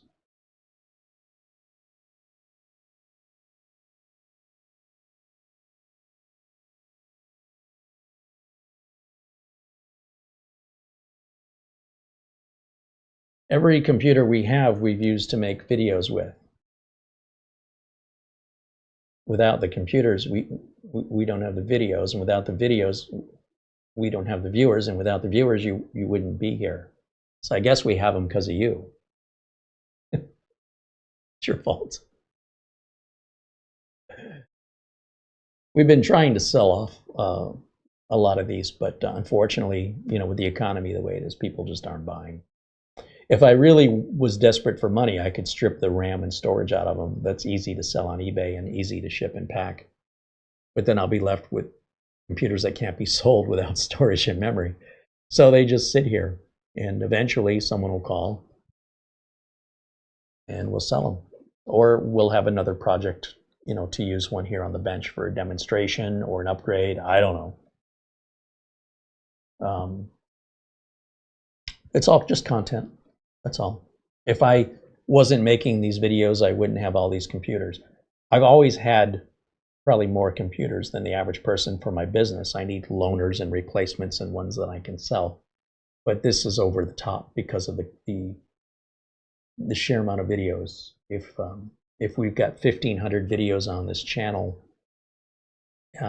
probably close to half of those are computer builds. So I don't know how many we've done, builds and repairs and upgrades, but it's got to be more than 500. And we don't have 500. Like, most of those are all sold. We have maybe 10% left, which is a pretty small number when you consider how many we've done. The idea that you'd be able to get it down to zero and have nothing left, you'd be a better actuary than you must have one hell of a crystal ball, because we're prepped and ready. And when things change, you know, you didn't know they were going to change, and now you're kind of left going, well, we're in a drought. I just bought a boat. Well, I guess you ain't taking the boat out anytime soon. Bad timing. You can sell the boat or just hold on to it. And maybe it'll start raining again and the lake will fill up and you'll have a place to take the boat. Some things, just the chaos of life, and c'est la vie, not a big deal. They'll turn up in something. It's like asking somebody why they have so many leftovers in their refrigerator. They'll turn up in something. That's what I'm afraid of. It's an old George Carlin routine. Are we just chatting today? Panama wants to know. Yeah, right now, like I say, the industry is in a bit of a lull, so we don't really have anything new to show you right now. We have a couple mini PCs coming, but they're going to be a while. There are some NVMe drive enclosures coming out, but without Thunderbolt 5, we don't have any way to test them. So I don't know if we're ever going to see anything with Thunderbolt 5 anytime soon, but it's really hard to demonstrate Thunderbolt 5 drive enclosures that will only run at USB 4 speeds. when the USB 4 enclosures are half the price? What's the point? So some of the content we've got to make isn't ready to be shown yet because of everything else that's slowed down. No new routers, no new Wi-Fi. Not much coming out for mini PCs or motherboards, CPUs.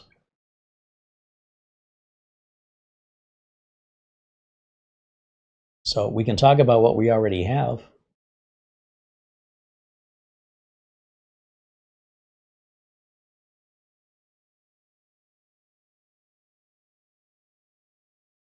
John Downey said he won a video camera when you were on Computer America. Yeah, I think Logitech was sponsoring that show, so we didn't actually send any product out. The sponsors sent it out. That's a difference, right? So if a sponsor is saying, hey, we'll do a giveaway on your behalf, but they're going to take care of all the logistics, you know, it doesn't make a difference to me. I'm not putting any work into it.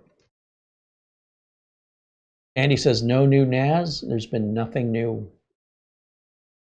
I don't think Synology's got anything coming out. Nothing new from TerraMaster. Nothing new from Asus. Nothing new from QNAP. Nothing. It's all just flat. Everything's the same as it was. Unfortunately, I mean, I love that stuff, but we're just in a lull, industry-wide. It's complete lull. Speaking of which, you know, I still have the Asus Flash Store 6. Was it an 8? I think it's got 8 NVMe drives in it. Or is it 6? Maybe that one's 6 and the TerraMaster's 8. Between those two, that's 14 NVMe drives just sitting on a shelf inside of those NASs. Plus, I still have the RAID card that has 4 NVMe drives in it. If I took all those apart and took all the drives out, maybe I could buy a yacht. No, they just sit there. We'll find a use for them. Something will come up. Usually, the reason I keep them in there is some new NAS comes out, right? So let's say, for example, some new NAS comes out and it takes NVMe drives. Where are we going to get them now? Well, I'll just take them out of the other unit. That's why they're there. They're there because, number one, I'm going to have to put them somewhere. So you might as well just leave them where they are. And then when another NAS needs 8 NVMe drives for us to review, I mean, they were coming in pretty rapidly, and now it's all stopped. Well, I'll just open up the previous NAS, take the NVMe's out of that one, put them into the new one, and then we're off to the races. So if you're wondering what the mentality is there, I don't want to go searching around for them. I know exactly where they are. And they're powered off inside of the NASs, sitting on a shelf. I also have some NAS drives sitting in unused NASs so that when another NAS comes in for review, we know exactly where to find our NAS drives. We'll just take them out of one of the NAS that we're not using. So that's why we wouldn't sell them on eBay, for example. What would happen if we needed them? That's a great way for eBay to make money. Doesn't really help us. Martin wants to know if I have any comments on rumors that NVIDIA is going to restart RTX 3060 production. I don't really waste my time with rumors. I think people are pretty bored to just sit around and gossip. So, no. I'm a believe it when I see it guy. You guys can talk about all your what ifs all day long. I don't wish to participate in the hypothetical gossip discussion. I prefer to talk about what is today, now. And any other speculation or gossip, there's got to be something better in your life you got to do than just sit around and gossip. There's got to be something productive or meaningful that you can be investing your mind energy on, rather than, I heard somebody's going to do something, okay? And, but you think they're going to do it? I could care less. When they do it, let me know. Hey, Bobby's going to jump his bike over 3 cars after school. You want to come watch?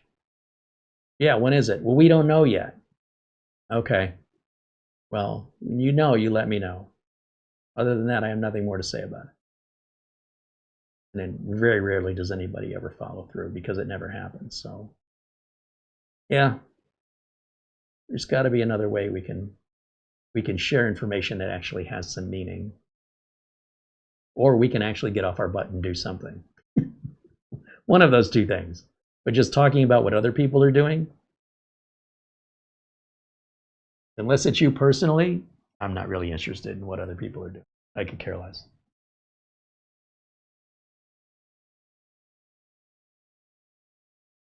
Windows 12, we're back to that again. We've already discussed it. It's all rumors and gossip. There is no such thing. You want to talk about Godzilla? Bigfoot? Windows 12 or Bigfoot? It's the same discussion. You want to have that discussion? You guys go ahead. I won't be a part of that nonsense.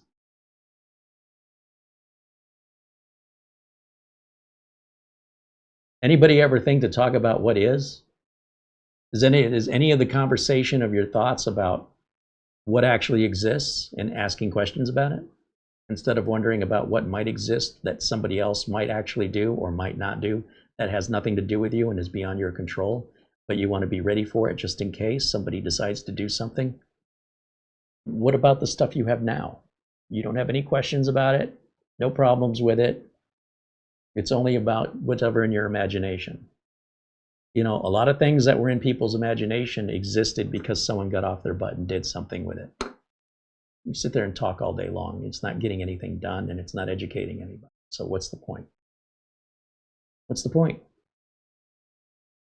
Go watch TV. I should be careful. Many of you might be watching this on TV. That's what I'm doing. I'm watching TV. Well, we are trying to be more educational with entertainment thrown in. But, you know, you're not going to learn to be a doctor because you watched every episode of House.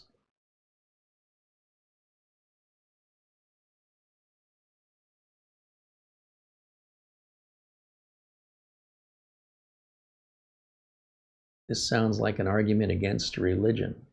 People are welcome to believe anything they want to. I don't mind. And if you want to hear people agree with you, go to your church, preach to your choir. That's fine. That's not what we are. We're not a church, and you're not my choir. I'm just here to explain to you the business side of things and what's actually happening in reality. And it doesn't require your faith. And it doesn't require you agreeing with me. I don't care. If the information I offer to you has no value to you, it's not made for you. That's all. And that's all we're doing here. But you can believe whatever you want. Doesn't mean I agree with it or that I even want to discuss it. There's something my mother used to say to me if I was when I was a kid and I would talk about something. She would just shut me down and say 3 words: I'm not interested. Like if she's had a tough day, she got back from a crappy day at work, you know, she just got home, sat on the couch, and she wants to unwind. And then I walk in the door and go, "Hey, Mom, do you know what happened at school today?" The look I would get on my mother's face. 1, I'm not interested. 2, you make a better door than a window. Because now I'm stepped in front of the TV that she was watching. And that was as polite as she could be to tell me to get out of the way. I'm interrupting her TV time and she's trying to unwind from work.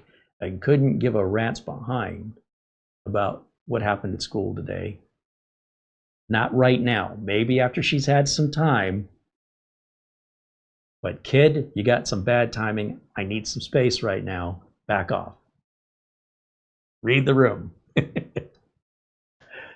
So if you hear me saying to some people like, hey, what do you think about this? And I say, I'm not interested. That's my way of trying to shut down the discussion. That it's not what we're here for. And that's who I learned it from. So blame my mother.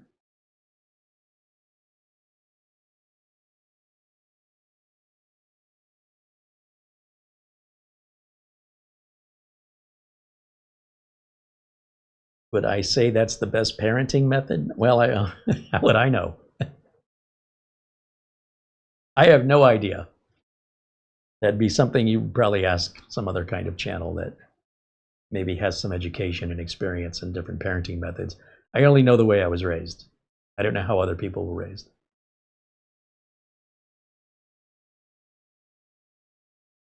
And Ron says, then I'd go over to Radio Shack and find somebody to listen. Yeah. Yeah, that's probably true.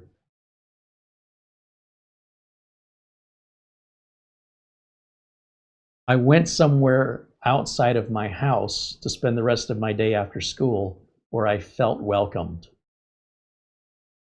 Because it sure as hell wasn't in my own home. So I would ride my bike to the mall. The mall was air conditioned. Our house didn't have, remember, we couldn't afford it. And the only way I could get to the mall was to ride my bike. If I wanted to go, I didn't own a car, and nobody was going to drop me off. My parents didn't offer to drop me. If I wanted to go, they didn't tell me I couldn't. You got to figure out how you're going to get there. Or you just stay home. So if I got off my butt, got on my bike, and pedaled my ass off for a mile in the heat, I'd be at the mall where I could then go in and be in air conditioning. That was it. I went to Radio Shack. They had computers I could use because I couldn't afford my own. And through spending hours and hours and hours, days after day, month after month, year after year, built up friendships with the people who were actually paid to be there. They couldn't get rid of me. And Ron's one of those people back in the early 80s. And I would just spend all day on their TRS-80 Model 3 that they had out on demo, and I would just play with it.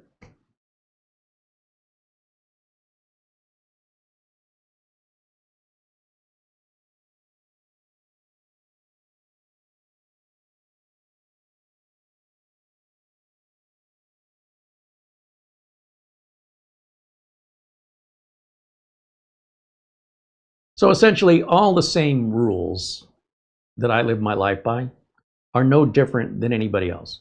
I'm not above anybody else. I'm not below anybody else. I don't have the same, I don't have different challenges than the rest of you have. So when I hear somebody complaining about how RAM is expensive, well, it's not just expensive for you. It's not about you. Okay, so we all deal with it. We all have to. Nobody is exempt from our culture, our society. You can try and exempt yourself from it. Good luck with that.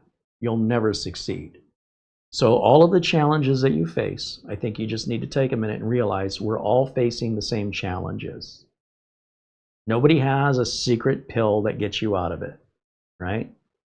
And at the end of the day, you have to live with yourself. I don't have to live with you, and you don't have to live with me, right? So whatever I can do has nothing to do with you, and whatever you can do has nothing to do with me. But rest assured, the rest of us aren't getting away with stuff, and we're just not letting you in on the secret.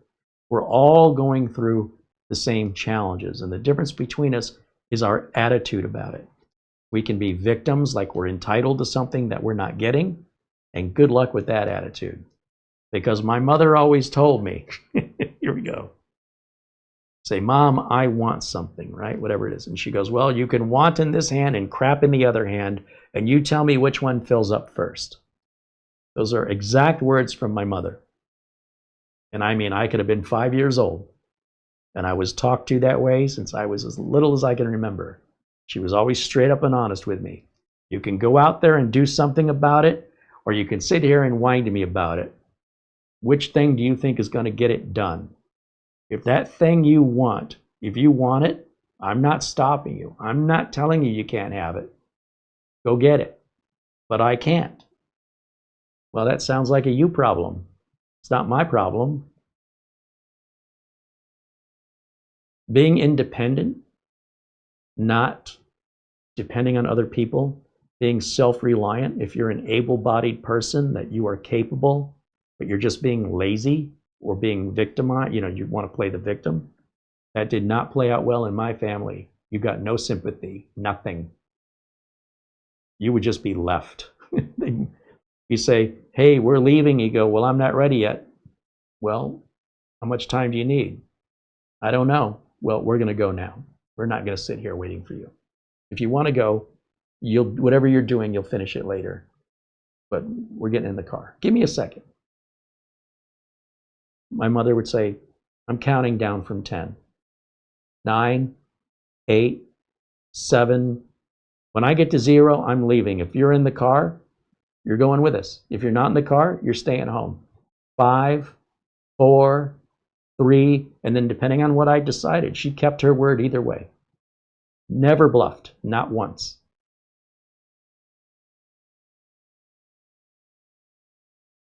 I'm grateful for that, because you're going to have to make a decision, and the more self-reliant you are, the more independence and freedom you have as a human, as a living creature. And for me and my personality, that's critical. That's why I don't work for a big corporation anymore. If I want a raise, it's up to me to go get that raise. I don't have to get somebody else's approval and be reviewed by them and have them tell me that, well, you know, yeah, you've done all these wonderful things, but we just don't have it in the budget to give you a raise right now. That's not fair. Or we've decided we need to make some cuts. Our money's been tight. And you haven't done anything wrong, but we're just decided to outsource your entire department to save money. So you can just go ahead and pack your things up, and thank you for all your hard work and loyalty. Your check is in the mail. No notice.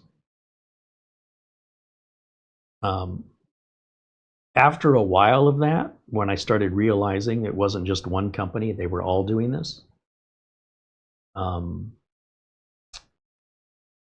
I said, you know, I can't let other people determine the quality of my life. I'll be living to somebody else's limits. I don't want to live to their limits. I want to live to mine. If I fail, it'll be my fault. If I succeed, it'll be my success.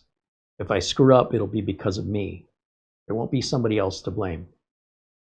I have very little tolerance and very little respect for people that say it's always someone else's fault. Like they're just victims of the world they live in. That's a bad attitude. And I don't know how you get out of bed every day with that attitude. What do you have to look forward to? What other people are going to decide for you today? So I understand that there are people that may have disabilities that, you know, they depend on others to help them. And that's fully understandable. But when you have an able-bodied person who acts like they're disabled and they just let life, they don't take any control or ownership of their own life, I can't do it.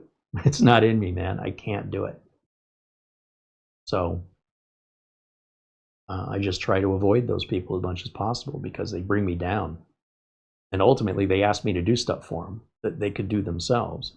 So that was just all the way I was raised. Like I said, going back to the 70s and 80s, it was very much, you want a paper route, earn your own money, go get a paper route. My parents didn't care. We're not helping you deliver the papers. Although, honestly, my mom did help on a couple of those cold Detroit days, snowy Detroit days. She would drive me around a handful of times. Nothing to get used to. It was your job, your responsibility, and it's your money, right? Whatever I earned was mine to spend any way I wanted. My parents never told me I had to give them any money or anything like that. But they also weren't buying me a stereo. If you want a stereo, you buy it. With what money? Get a job. What job? Well, we have jobs for you. You want to mow the lawn? You want to do the laundry? You want to clean your room? My mother said, anytime you're looking for extra money, there's always work around the house that needs to be done. Yeah, but I don't want to do any of that. Well, and then my mom would list like 5 other things. You can wash the car. You can clean the pool, vacuum the pool. You can, chores after chores after. My mother said, I'll sit here all day with chores you can do. I will never run out of chores for you to do. I'll give you $5 to do this. I gave you $10 to do that one. Pick what you want. You don't want any of it? You're not getting any money. Go do something else. Leave me alone. You make a better door than a window. Only a mother's love. But again, that made me more independent, and that made me realize that how much I'm willing to work is a lot related to how much money I make. So if I make enough money that I don't have to work anymore, that may be good enough for me. On the other hand, if I'm just never happy with, I'm always need more, then I'll just work, and never have any time to spend and enjoy my money because I'm hoarding. And I know people like that too. They have a lot of money and they never spend it because they don't have any time because they're busy earning money. So somewhere in there, I try to find some balance, but it's mostly just about, it's my life. This is how I want to live it. And I wasn't born that way. It was just kind of the way my parents weren't going to do it for me. So you can go without or you can do it yourself, either way. Don't care what it costs. I don't care how much a stereo is. If you want it, you're willing to work for it, nobody's stopping you. That's it. If you think the magic stereo fairy is coming to drop off a stereo, you're going to be waiting a long time. Yeah. I mean, I had friends that their parents made them do chores for no payment. Well, we fed you dinner, you're going to help with the dishes. Thankfully, my parents weren't. I felt very lucky that my parents didn't do that to me. They didn't expect the kids to do any chores without payment. And you were welcome to say no. They didn't care either way. If you want the money, there's stuff around the house I need help with. If you don't want to help with it, get out of my way because I got things to do. That was kind of the attitude. Our discussion is done.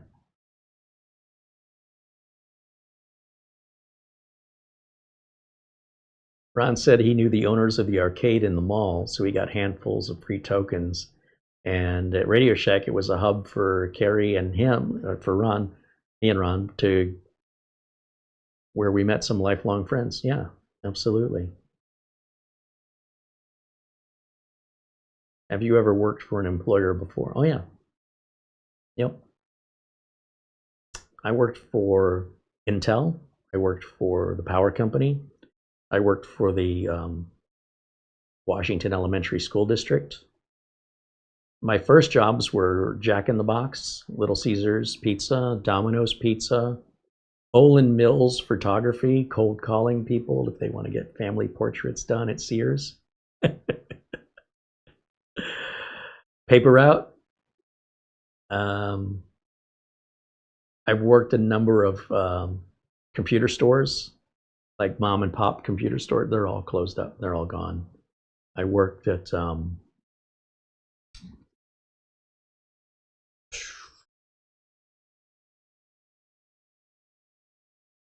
I worked at a machine shop for like a week. Just trying something different. Did not work out. My attitude and the attitude of the guys in the machine shop, very, very different kind of an attitude. Nice guys, but just, we didn't have a lot in common, and I definitely didn't fit in. But yeah, that job lasted about a week. Does that count? Yeah, Jack in the Box was my first, let's call it, real job. And I would work the register and I would work the fryers. They tried to get me on the grill, but I found it overwhelming and I didn't like it, and so they didn't make me do it. They made me do it a couple times, and they realized how terrible I was. And I was like, please don't make me work the grill.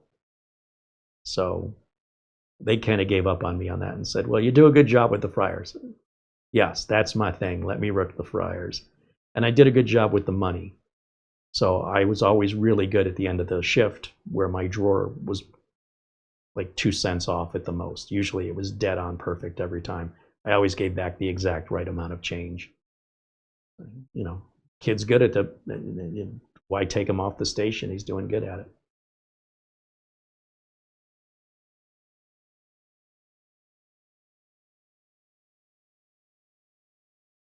Do I think $1 million is enough to retire if your house is paid off? I have no idea. Depends on your lifestyle. Where you live and how you live will determine if $1 million will last you a lifetime or 2 months. For some people, it will be, and for some people, it won't be. Bill Stott said my parents expected me to pay for my room and board after I got my first job. Talk about a reason to move out. My dad was that way when I turned 18. So 1 minute you're a son that he takes care of, and then you have a birthday, and now you're earning or you're learning. Are you getting a job, or are you going to school, or are you moving out? Those were the three questions I got pretty much the day after my 18th birthday. Will you be going to school? Are you signing up for college? You can continue to stay here rent-free. Are you working?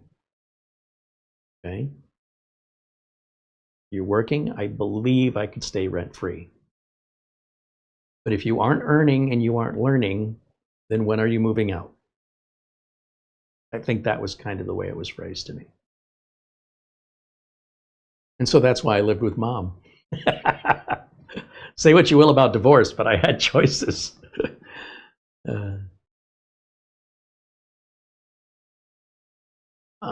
Downey says, Free Press or Detroit News? I delivered the afternoon.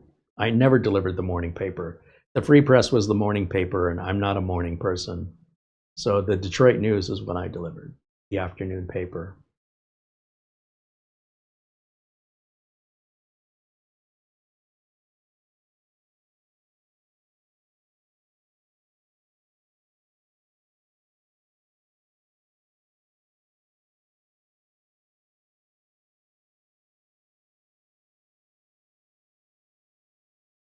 Well, it's a nice quiet Sunday today.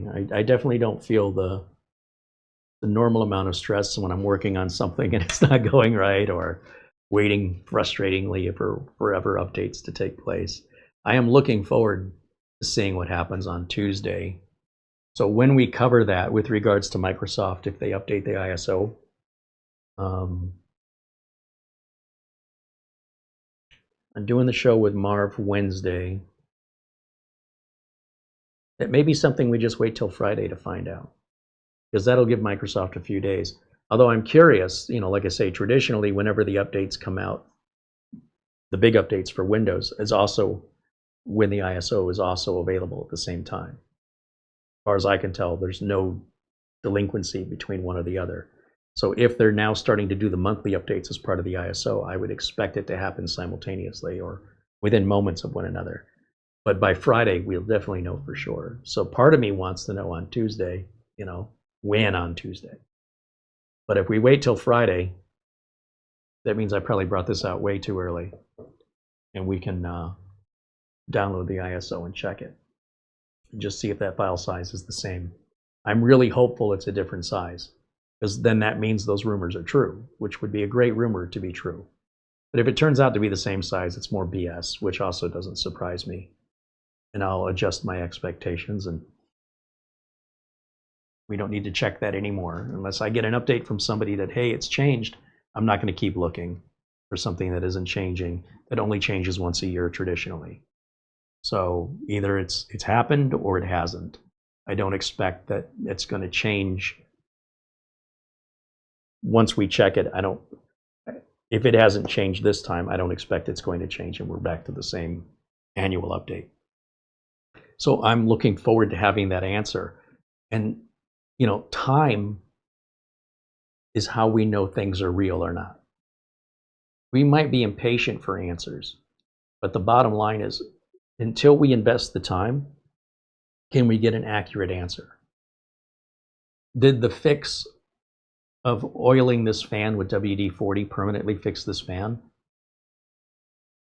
Oh, you shouldn't use WD-40. You should use sewing machine oiler. You should use graphite. No, I use WD-40. It's working fine.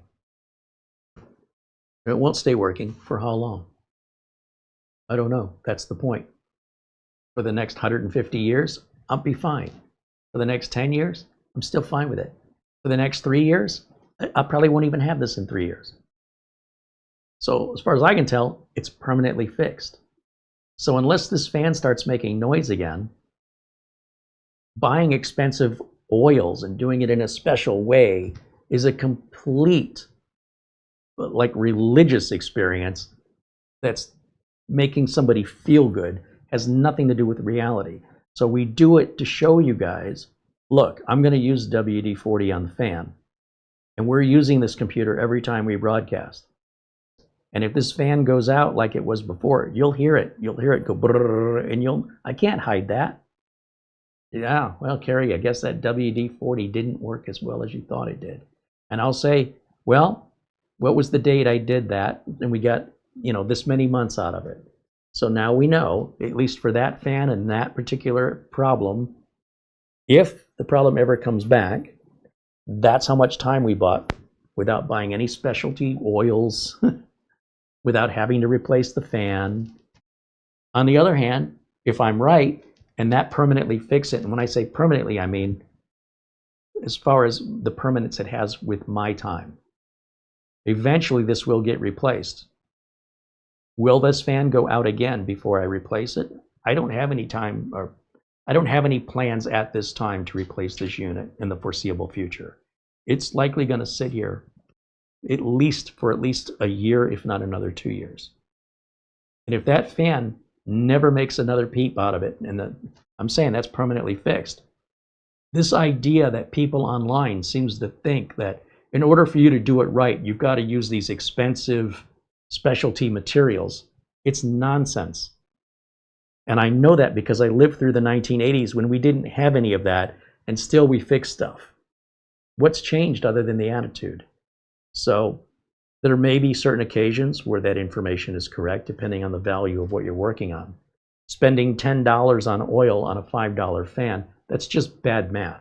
That just tells me people are bad at math and they care more about doing it right than having it make any sense. Yep. Oh, we got email? All right, just in time. I'm just getting ready to wrap up.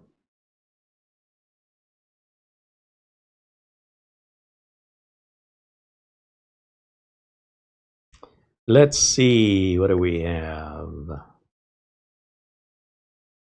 Oh, an Amazon gift card.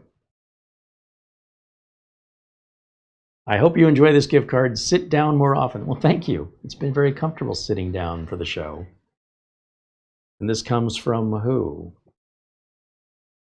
See, these are my distance glasses, and trying to read this up close, I'm having a hard time. I don't want to reach over and pull my other glasses out. Marty, this is from Marty. I'm not sure who you are in the chat, Marty, but thank you. We use all the Amazon gift card money to buy the items that we review here that aren't sent to us for free. Some companies will refuse to allow us to review their item live. They want a commercial, and if I can't guarantee them a commercial, well, I could guarantee them a commercial if they want to pay for a commercial. They don't want to pay for it. So I'm like, well, then I'm not going to do it. I'm not going to work for you for free. If you send me your product, I will introduce your product to my audience. I'm not going to sell it. I'm going to make the introduction. And I'll make a video dedicated to nothing more than introducing your product. You won't have your competitors. It'll just be your product, and it'll be to a targeted audience that would be interested in that kind of a product, which you can't promise with any other kind of advertising. This is a technical audience that likes computers, and if you have a computer or a computer-related gadget, this is the audience you want to be talking to. I'm not going to sell it for you, but I will review it live.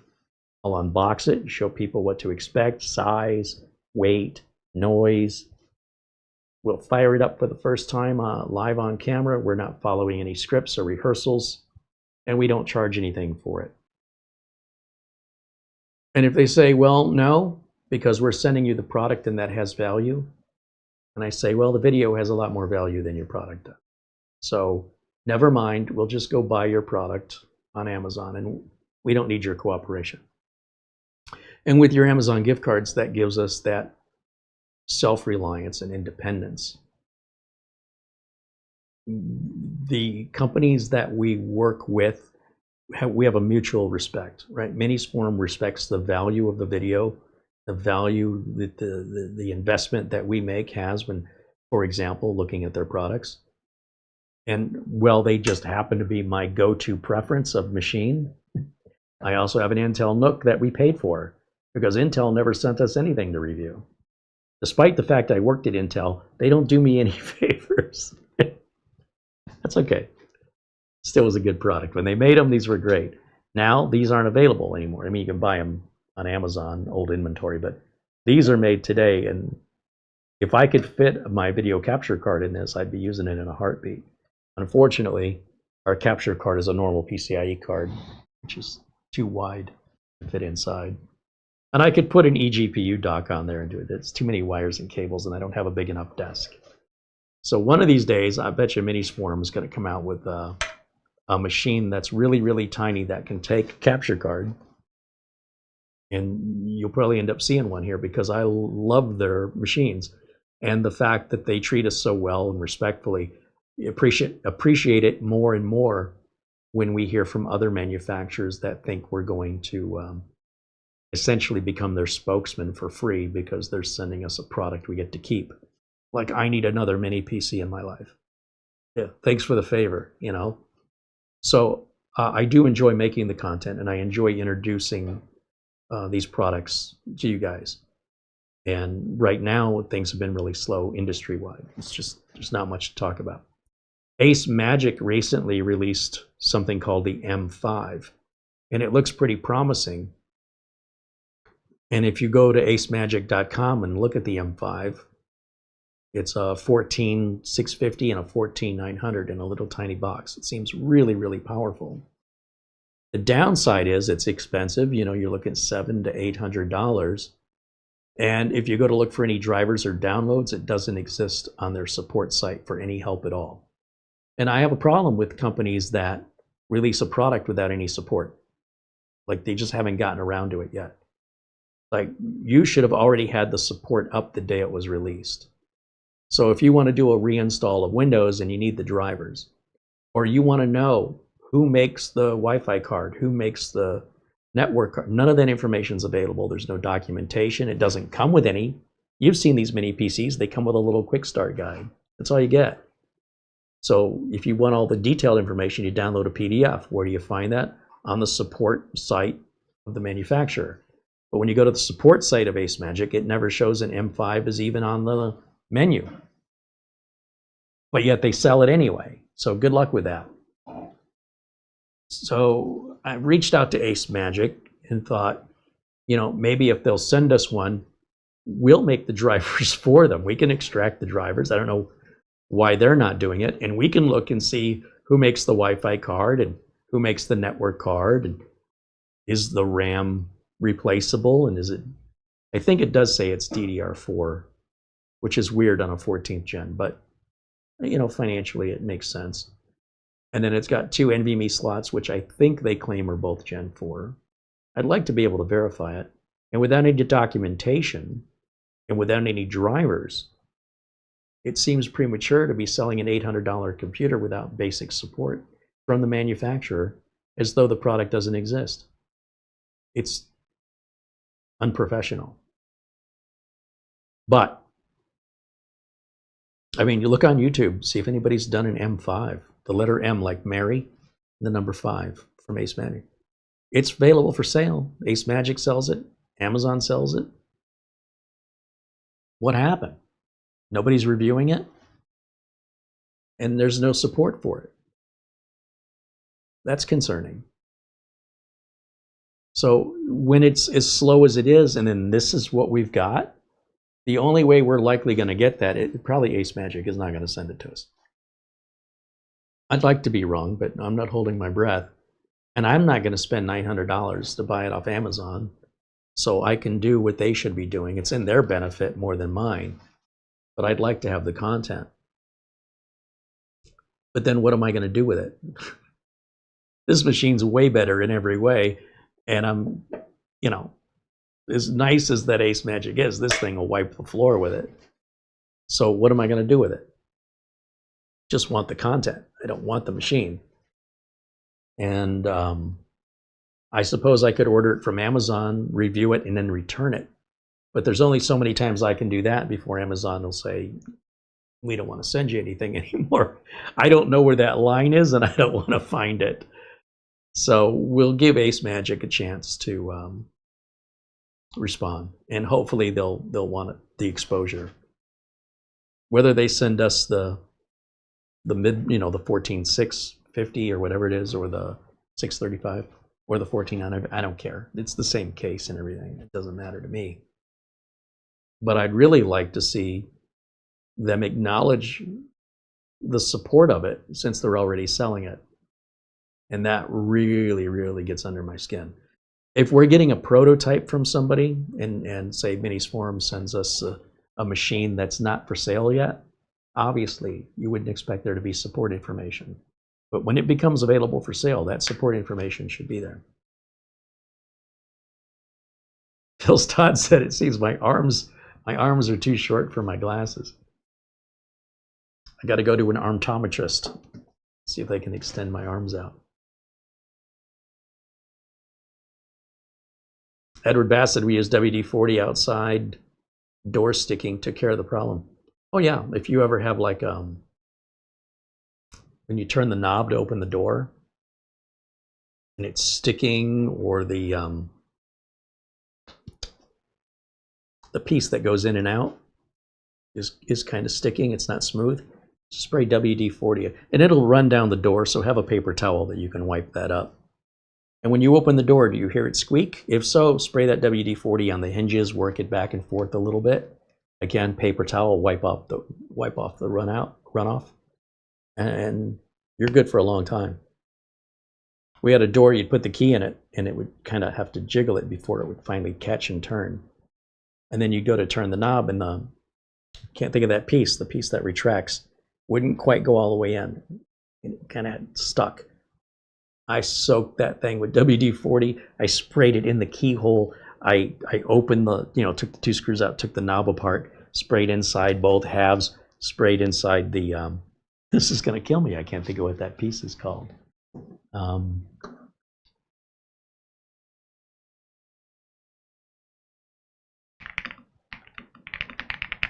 What is a piece of a doorknob called that retracts?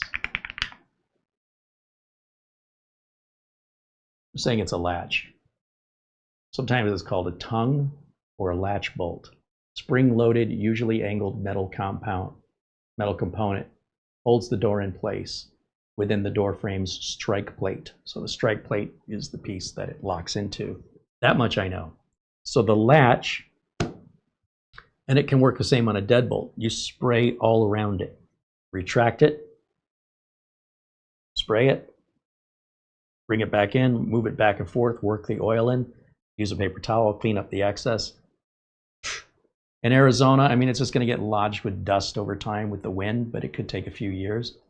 You don't have to replace the whole doorknob, just a little oil, just like the contact cleaner on the power switch. Easy fixes.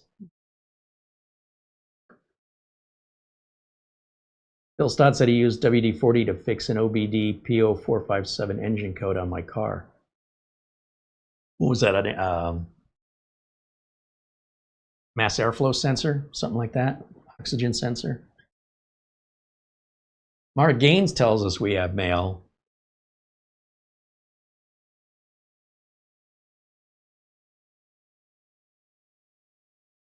I don't see it yet. But thank you, Mark. Carey, did I go to high school in Detroit? No, I went to high school in Phoenix and in California.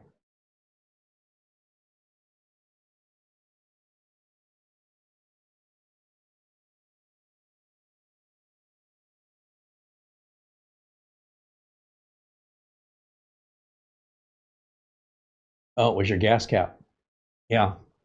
When you get a gas cap that's pulling a code on your dashboard, you get like a check engine light because the evap system is leaking from the pressures built up in the tank, and the seal, the rubber seal around the gas cap, just over time, it stops sealing.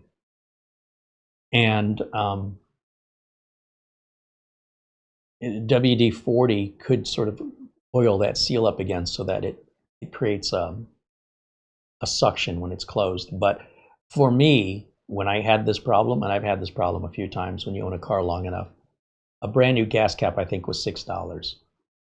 So if it's $6 for a new one, and you just take the old one off and detach the little tether.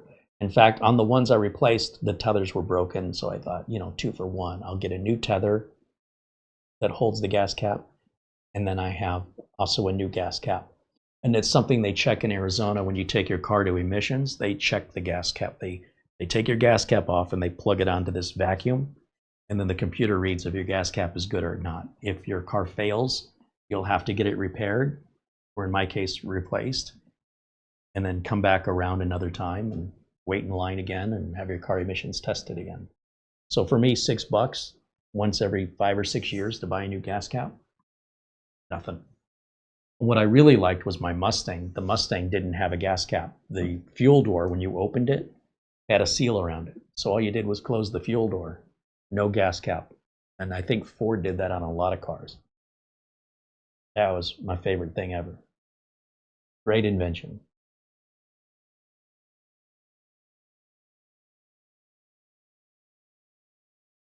All right, we'll stick around about 10 more minutes here. I want to see, I'll acknowledge Mark's email, and then give you guys any last chance for any other, preferably tech questions.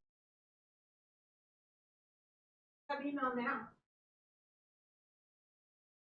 Thank you, Mara.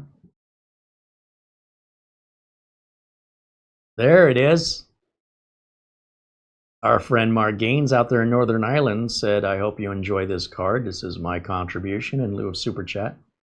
And I hope Mara celebrated her birthday in style. Right on. Thank you. $25 Amazon gift card. Thank you, Mark. Thank you, Buster. Thank you, Marty. You guys, your generosity is very much appreciated, and again, helps keep us independent. And we still look for cooperation from manufacturers that are willing to work with us, but we don't collect any payment from them, just so you know. So we just want the content. And if we can't get it from them voluntarily, we'll go buy it. Like I say, that Ace Magic gun, that's an expensive video to make. Spending $800 to review that video probably won't make $40. So not the best investment business-wise.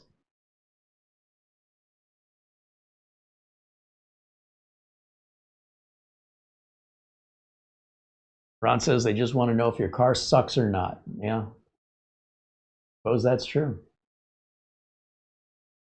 Bill Stott said it took him 10 seconds to spray the O-ring, fix the problem. Yeah, well, that's why I'm saying sometimes, you know, it depends what are we risking? If I have to replace the fan, I have to replace all 3 fans because they don't make this fan anymore. So that means if I get a similar fan, it won't spin at the same speed, made by a different manufacturer. It's probably going to sound funny. So I got to fix, or replace rather, all 3 so they all spin at the same speed and have the same noise level. And at $30 a fan, that's $90, and it's a lot of work because one fan went out. And if I have to go buy some special oil and then wait for it to arrive, and that's the only thing I need the oil for, and I'll never need it again, and it's $10, I mean, it's still cheaper and faster, but if I have a can of WD-40 laying around and I can fix it right now for free, and it goes bad again, the worst thing that happens is it makes some noise again and I'll have to revisit it. When it comes to my gas cap, though, if I just need to get by for today, so I just spray some WD-40 on it and it gets by, and maybe it'll get by for 10 years. But the only way I'm probably going to find out is if my dash light comes on in the future, or if I go waiting in line at emissions and I get my turn and I'm told, hey, your gas cap doesn't pass now because the WD-40 I put on it a few months ago isn't working anymore. Then I'm going to kick myself in the ass for not spending $6. You know what I mean? Like, just be done with it. Because now it's going to cost me a lot more to go back, wait through that, you know, to do it anyway. All I did was procrastinate what I was going to have to do. I mean, I guess there's a chance the car gets sold or gets into an accident and it's not an issue anymore. But assuming it's going to go back through emissions year after year, it just takes one visit to kill that whole deal, where I don't pass and they won't give me my registration until I'm fix it again, which could be, hey, just spray it with WD-40 again. Either way, you're not putting up with that while you're there. You're going to have to get out of line, go sit in the parking lot and do it, get back in the line, sit for another half an hour, and they'll test you again. And if that doesn't work, all this for $6, it isn't worth it to me. But you may not have those emission requirements where you are, or it may not bother you like it bothers me. So it depends what we're risking, right? What is it I have on hand I can use right now?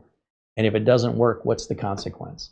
So if this belonged to a customer that lives, let's say, 30 miles away, and I spray it with WD-40, knowing that if this happens again, I'm going to have to drive that 30 miles again to honor the warranty and the service, I'm just going to replace the fan. I'm not the one paying for it. They are. And that way, it doesn't guarantee the fan's not going to go out, but it definitely puts the odds in my favor that it's highly unlikely if it's brand new, versus if we just keep trying to make something work. So if it's mine and it affects me directly, in the worst case scenario is it's going to make a little bit of noise and I'll have to do it again at my convenience, I'll do it because I want to.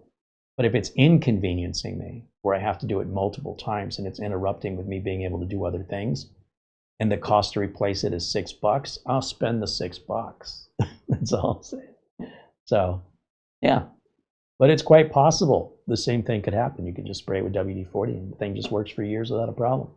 It's just not a risk I'm willing to take, because if I'm wrong, it's just going to cost me more in time and money to do it right, at least in the case of the gas cap.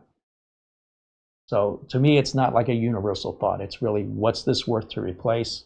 What's the consequence if I fix it cheap that it breaks again? How much more hassle will it be when it has to be done versus just because I want to?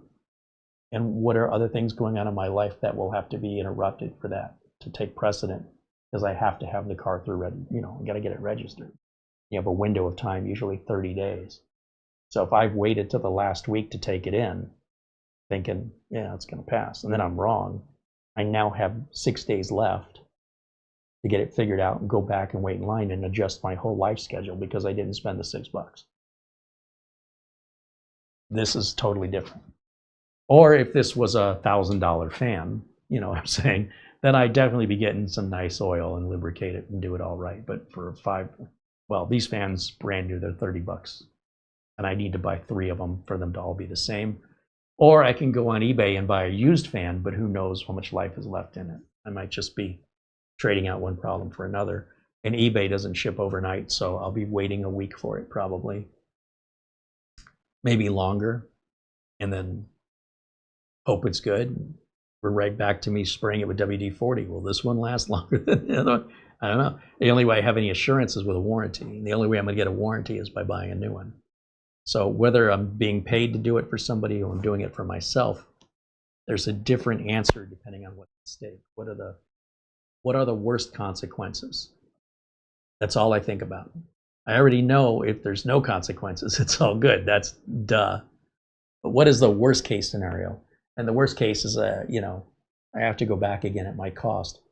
And the customer's not going to be real confident in my abilities if I have to do that. I'm not going to be happy about working for free, or doing the same job twice, or adjusting my schedule and changing my plans to react to something. I'd rather be preventive as much as possible, proactive, but at the same time, I don't care if that fan starts making noise, I'll get around to it. Not a big deal. See what I'm getting at? So it's not a one-size-fits-all answer. It kind of depends on the value, the consequence, the time, the effort, the accountability, if it applies. And how something works for you doesn't, or for me for that matter. I live in a desert. It's very dusty. It's very hot, and it's very low humidity. And that'll eat gaskets up like crazy. Any sort of rubber. On my old Blazer, it got to the point under the hood, when it was 19 years old, if you leaned on like any of the plastic or the hoses, like the vacuum hoses, they just snapped in half. The hot, dry air over that many years just drained out any sort of flexibility in the tubing. The tubing just cracks. So you can spray them with WD-40 and have it work great if you live in a normal climate, and then have it last 2 weeks if you live in a climate like mine. On the other hand, it's also possible that you could spray it and it lasts just as long in this climate, but it seems unlikely given what I've seen rubber and plastic do under the hood of a car here in Phoenix. It's pretty rough. But, you know, I'm not telling you not to do it, but I am saying, if you're not living in Phoenix and you're not under these weather conditions, I don't know that the pliability of rubber and plastic can really be improved much for any significant period of time with any material other than replacement. But that's just been from my own experience. Things like belts, timing belts and things like that, you don't want to toy around with that. You're going to destroy a whole engine trying to be cheap. Somebody will say, well, you know, I can get this belt cheaper on Amazon, and you end up getting a belt that's causing all kinds of squeaking and stressing out your cams. And, you know, some people will do that and say it works fine, and other people end up taking it to a shop just to redo the same work again with an OEM part. So to each their own. It's all good. I'm glad it worked for you. It's something for people to think about. Make the decision that's right for them. If I never had to take my car to emissions, I wouldn't care, honestly. What do I care? You can just get a little piece of electrical tape and cover that check engine light up and fix that problem real easy.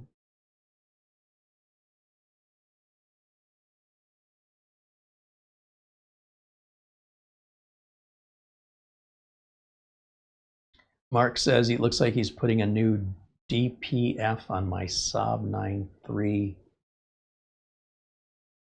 TID. What's a DPF? Never heard of that. Probably a turbo car. I mean a diesel car, right? Turbo diesel is TDI, turbo diesel. No, TID is what he said. Diesel particulate filter, a DPF. Yeah, I've never owned a diesel in my life, so that's no idea what that is or where it is or how you change it. It sounds like it's like some kind of a filter that any kind of filter would need to be changed from time to time. But not for us here in the USA. We're mostly diesel only on the lorries. Big heavy duty trucks. Passenger cars to be diesels, pretty rare to be seen around. Andy says, no smog check here. Yeah, lucky you. Well, you still do like the MOT, don't you?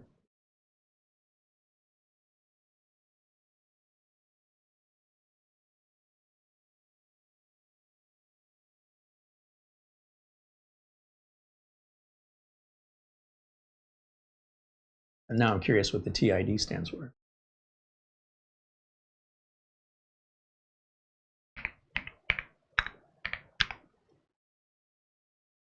Turbo injection diesel.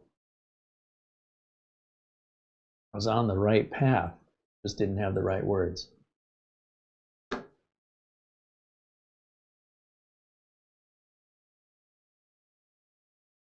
These engines are known for high fuel efficiency in these Saabs, often getting 40 to 67 miles per gallon, and robust reliability with some lasting over 500,000 kilometers. Yeah, turbo engines are, I'm sorry, I keep saying turbo. Diesel engines, they have to be built really, really strong, almost always cast iron, and they last a long time. I mean, if you want a high quality engine, you want a diesel engine. If you want it to last a long time and be built well.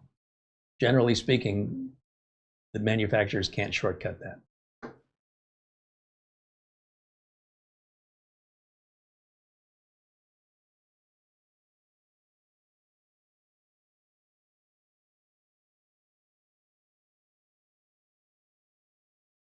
He says he only has to smog check his car when he sells it. Oh.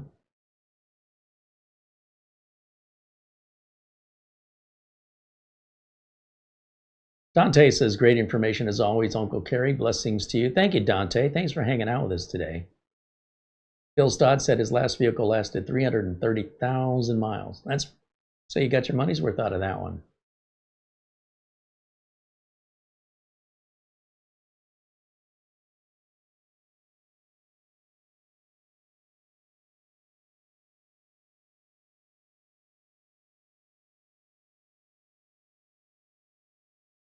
Manuel says, I carry much better sitting. I can see real jeans, not joggers. I don't wear, all I wear are jeans. I am loyal to Levi's 501s, man. Levi's 501s, Coca-Cola, and rock and roll. Sounds like you just described Carey Holzman.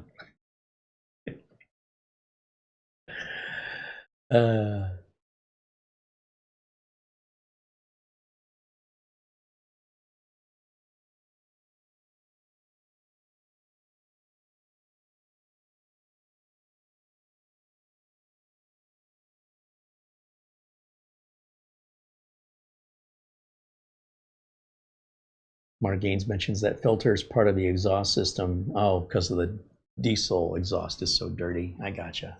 Yeah.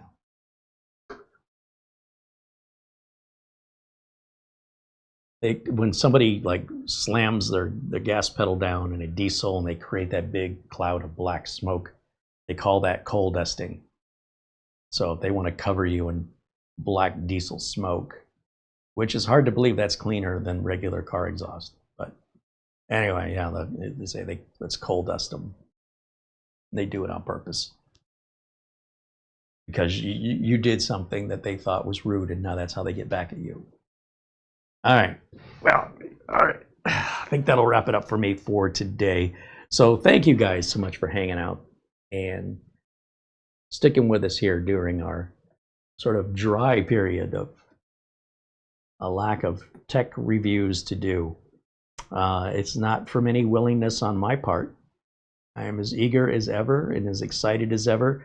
My interest has not waned. My energy level has not gone down. I still want to do it, but there's nothing for me to do.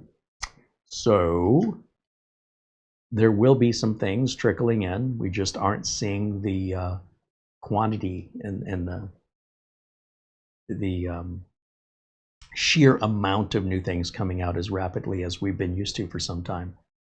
And I think it's temporary. I don't know. We'll see. But in the meantime, we have some things in the works. I'm very much looking forward to the G1 Pro from Minis Forum. That we are definitely getting that. I just don't know. Is it next week? Is it next month? I don't know. Whenever it gets in inventory. We have no new builds to do at this time, but anything can come in at any time. I don't really have any new repairs. There were a couple things. Maybe I'll talk about it tomorrow, but they're pretty minor, unique to the user. I've got a user that uses a computer in a way that nobody else uses the same way. They're not doing anything wrong. There's nothing wrong with it. It's just not common. And so they're experiencing an issue that they've experienced before. I think we dealt with this last year, and I keep forgetting how I fixed it. And it's the only customer. They have every right to complain about it. It's my job to fix it, but I cannot remember how I fixed it. So I'll be working on that a little bit more tonight. But you never know when something might come in for a repair or an upgrade. That's always possible. And there may be some other things being sent to us that I've forgotten about because we've been waiting so long now I can't remember. So when those things come in, we're not going to be sitting on them. I mean, we'll make the videos right away. The lack of any videos means quite literally there's nothing coming in. So we're happy to hang out with you guys and chit chat and answer your questions, but we're not doing it on purpose. I got to do the show. The show must go on, and if I don't have anything to show you, I mean, I don't know what else to do other than be patient and just kind of hang out. And if you want to talk about what's going on in the actual news, what's really happening, there's some articles or something that you're concerned about. I'm happy to talk about legitimate news and upcoming legislation like California. What I'm not really interested in is in the gossip and the rumors. That's enough of that online. I don't want to contribute to it. And again, we were offered some pretty neat looking computer cases, and I declined both. Two companies reached out and said, we'd like to send you these computer cases. And I said, we don't have any parts to build with. So we appreciate the offer, but we don't have anywhere to put it, and we don't have anything to put in it at this time. And a couple of them were really different, really unique from a lesser known manufacturer. But you know, there's that part of my brain that's like, wow, that's really cool. I'd like to make a build out of it. But to make a build of it requires a motherboard, a processor, RAM, cooler, storage, power supply. And then once the build is done, let's say there's a part 1 and a part 2 video, there's nowhere in this place to put it. We are completely out of room here now. And people aren't buying. So I said, thank you for the offer, but unfortunately we'll have to decline at this time. That's never happened before, but that's the circumstance that we're in. Now, those companies could have said, hey, we'll send you all the parts. I would have built it, and then I don't know where I would put it. But I would have probably built it and said, okay, well, if it's not costing me anything, I guess I can just stack it somewhere, find a stack in a corner. But just for full transparency, you know, we did get the offer from a couple case manufacturers, and there's just, for those reasons, we have no choice at this time. But there's a, you know, just a case by itself is just not, we can't afford to make that video, and we don't have anywhere to put it. So we're looking for more mini PCs, routers, tech gadgets, external storage drives, stuff like that. Networking, anything to do with networking that would be familiar to most people, would be some use to most people. Yeah. At least until things turn around. So again, nothing I like, but I'll deal with it. We'll deal with it the best we can, and we appreciate you hanging on with us here through these sort of stalling industry times here. And we'll just wait it out, just like the storm. Eventually the rain will stop, things will be clear skies again, and we can get back to the normal thing. When is that going to happen? It's like trying to guess when it's going to stop raining. I really don't know, but you know, so long as we have a community here, I'll keep making content, even if it's just me talking. It's not why I started the channel, but I also don't want to just say, well, we're just not going to do any videos indefinitely until we have something come in, because that's not fair, you know, to the community that supports us. And that's where we're at.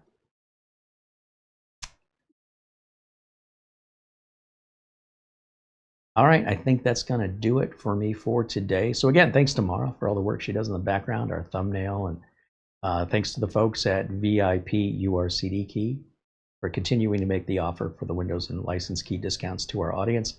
All the links, including Mara's new cookbook, are all in our video notes below the video. Thank you to Buster. Buster reached out and said he ordered Mara's new cookbook, which is very kind. Certainly appreciate all of his support and all of your support. Thanks to each and every one of you, and again for your contributions and for joining us and hanging out with us here in the chat room. We love having you here. We love interacting with you. If you want to reach out to us, I'll throw our email here on the screen. And if you're looking for a little help with the technical problem, sometimes it's a lot more efficient to work with you in email. We're dedicated to speaking to just you and not trying to do a live show at the same time, depending on the complexity of the problem. Or if you want to share an experience you've had with a technology-related gadget, whether it's good or bad, a true experience that you yourself have had, we'd love to hear real stories coming from real people. Never gets old. Or you just want to pop in and say hello. That's always welcome. You're never bothering us. We love hearing from you guys, and we want to make sure you know how to reach us and the cat. Where's the cat? How can I do this? At the cat. I can't reach the cat. Typical cat. Should probably start leaning away. Thanks for watching. We'll see the members tomorrow, 1 o'clock. Remember that time change that you guys did. We didn't do it. Some of you did it. And we'll hope to see you then. Until then, bye for now.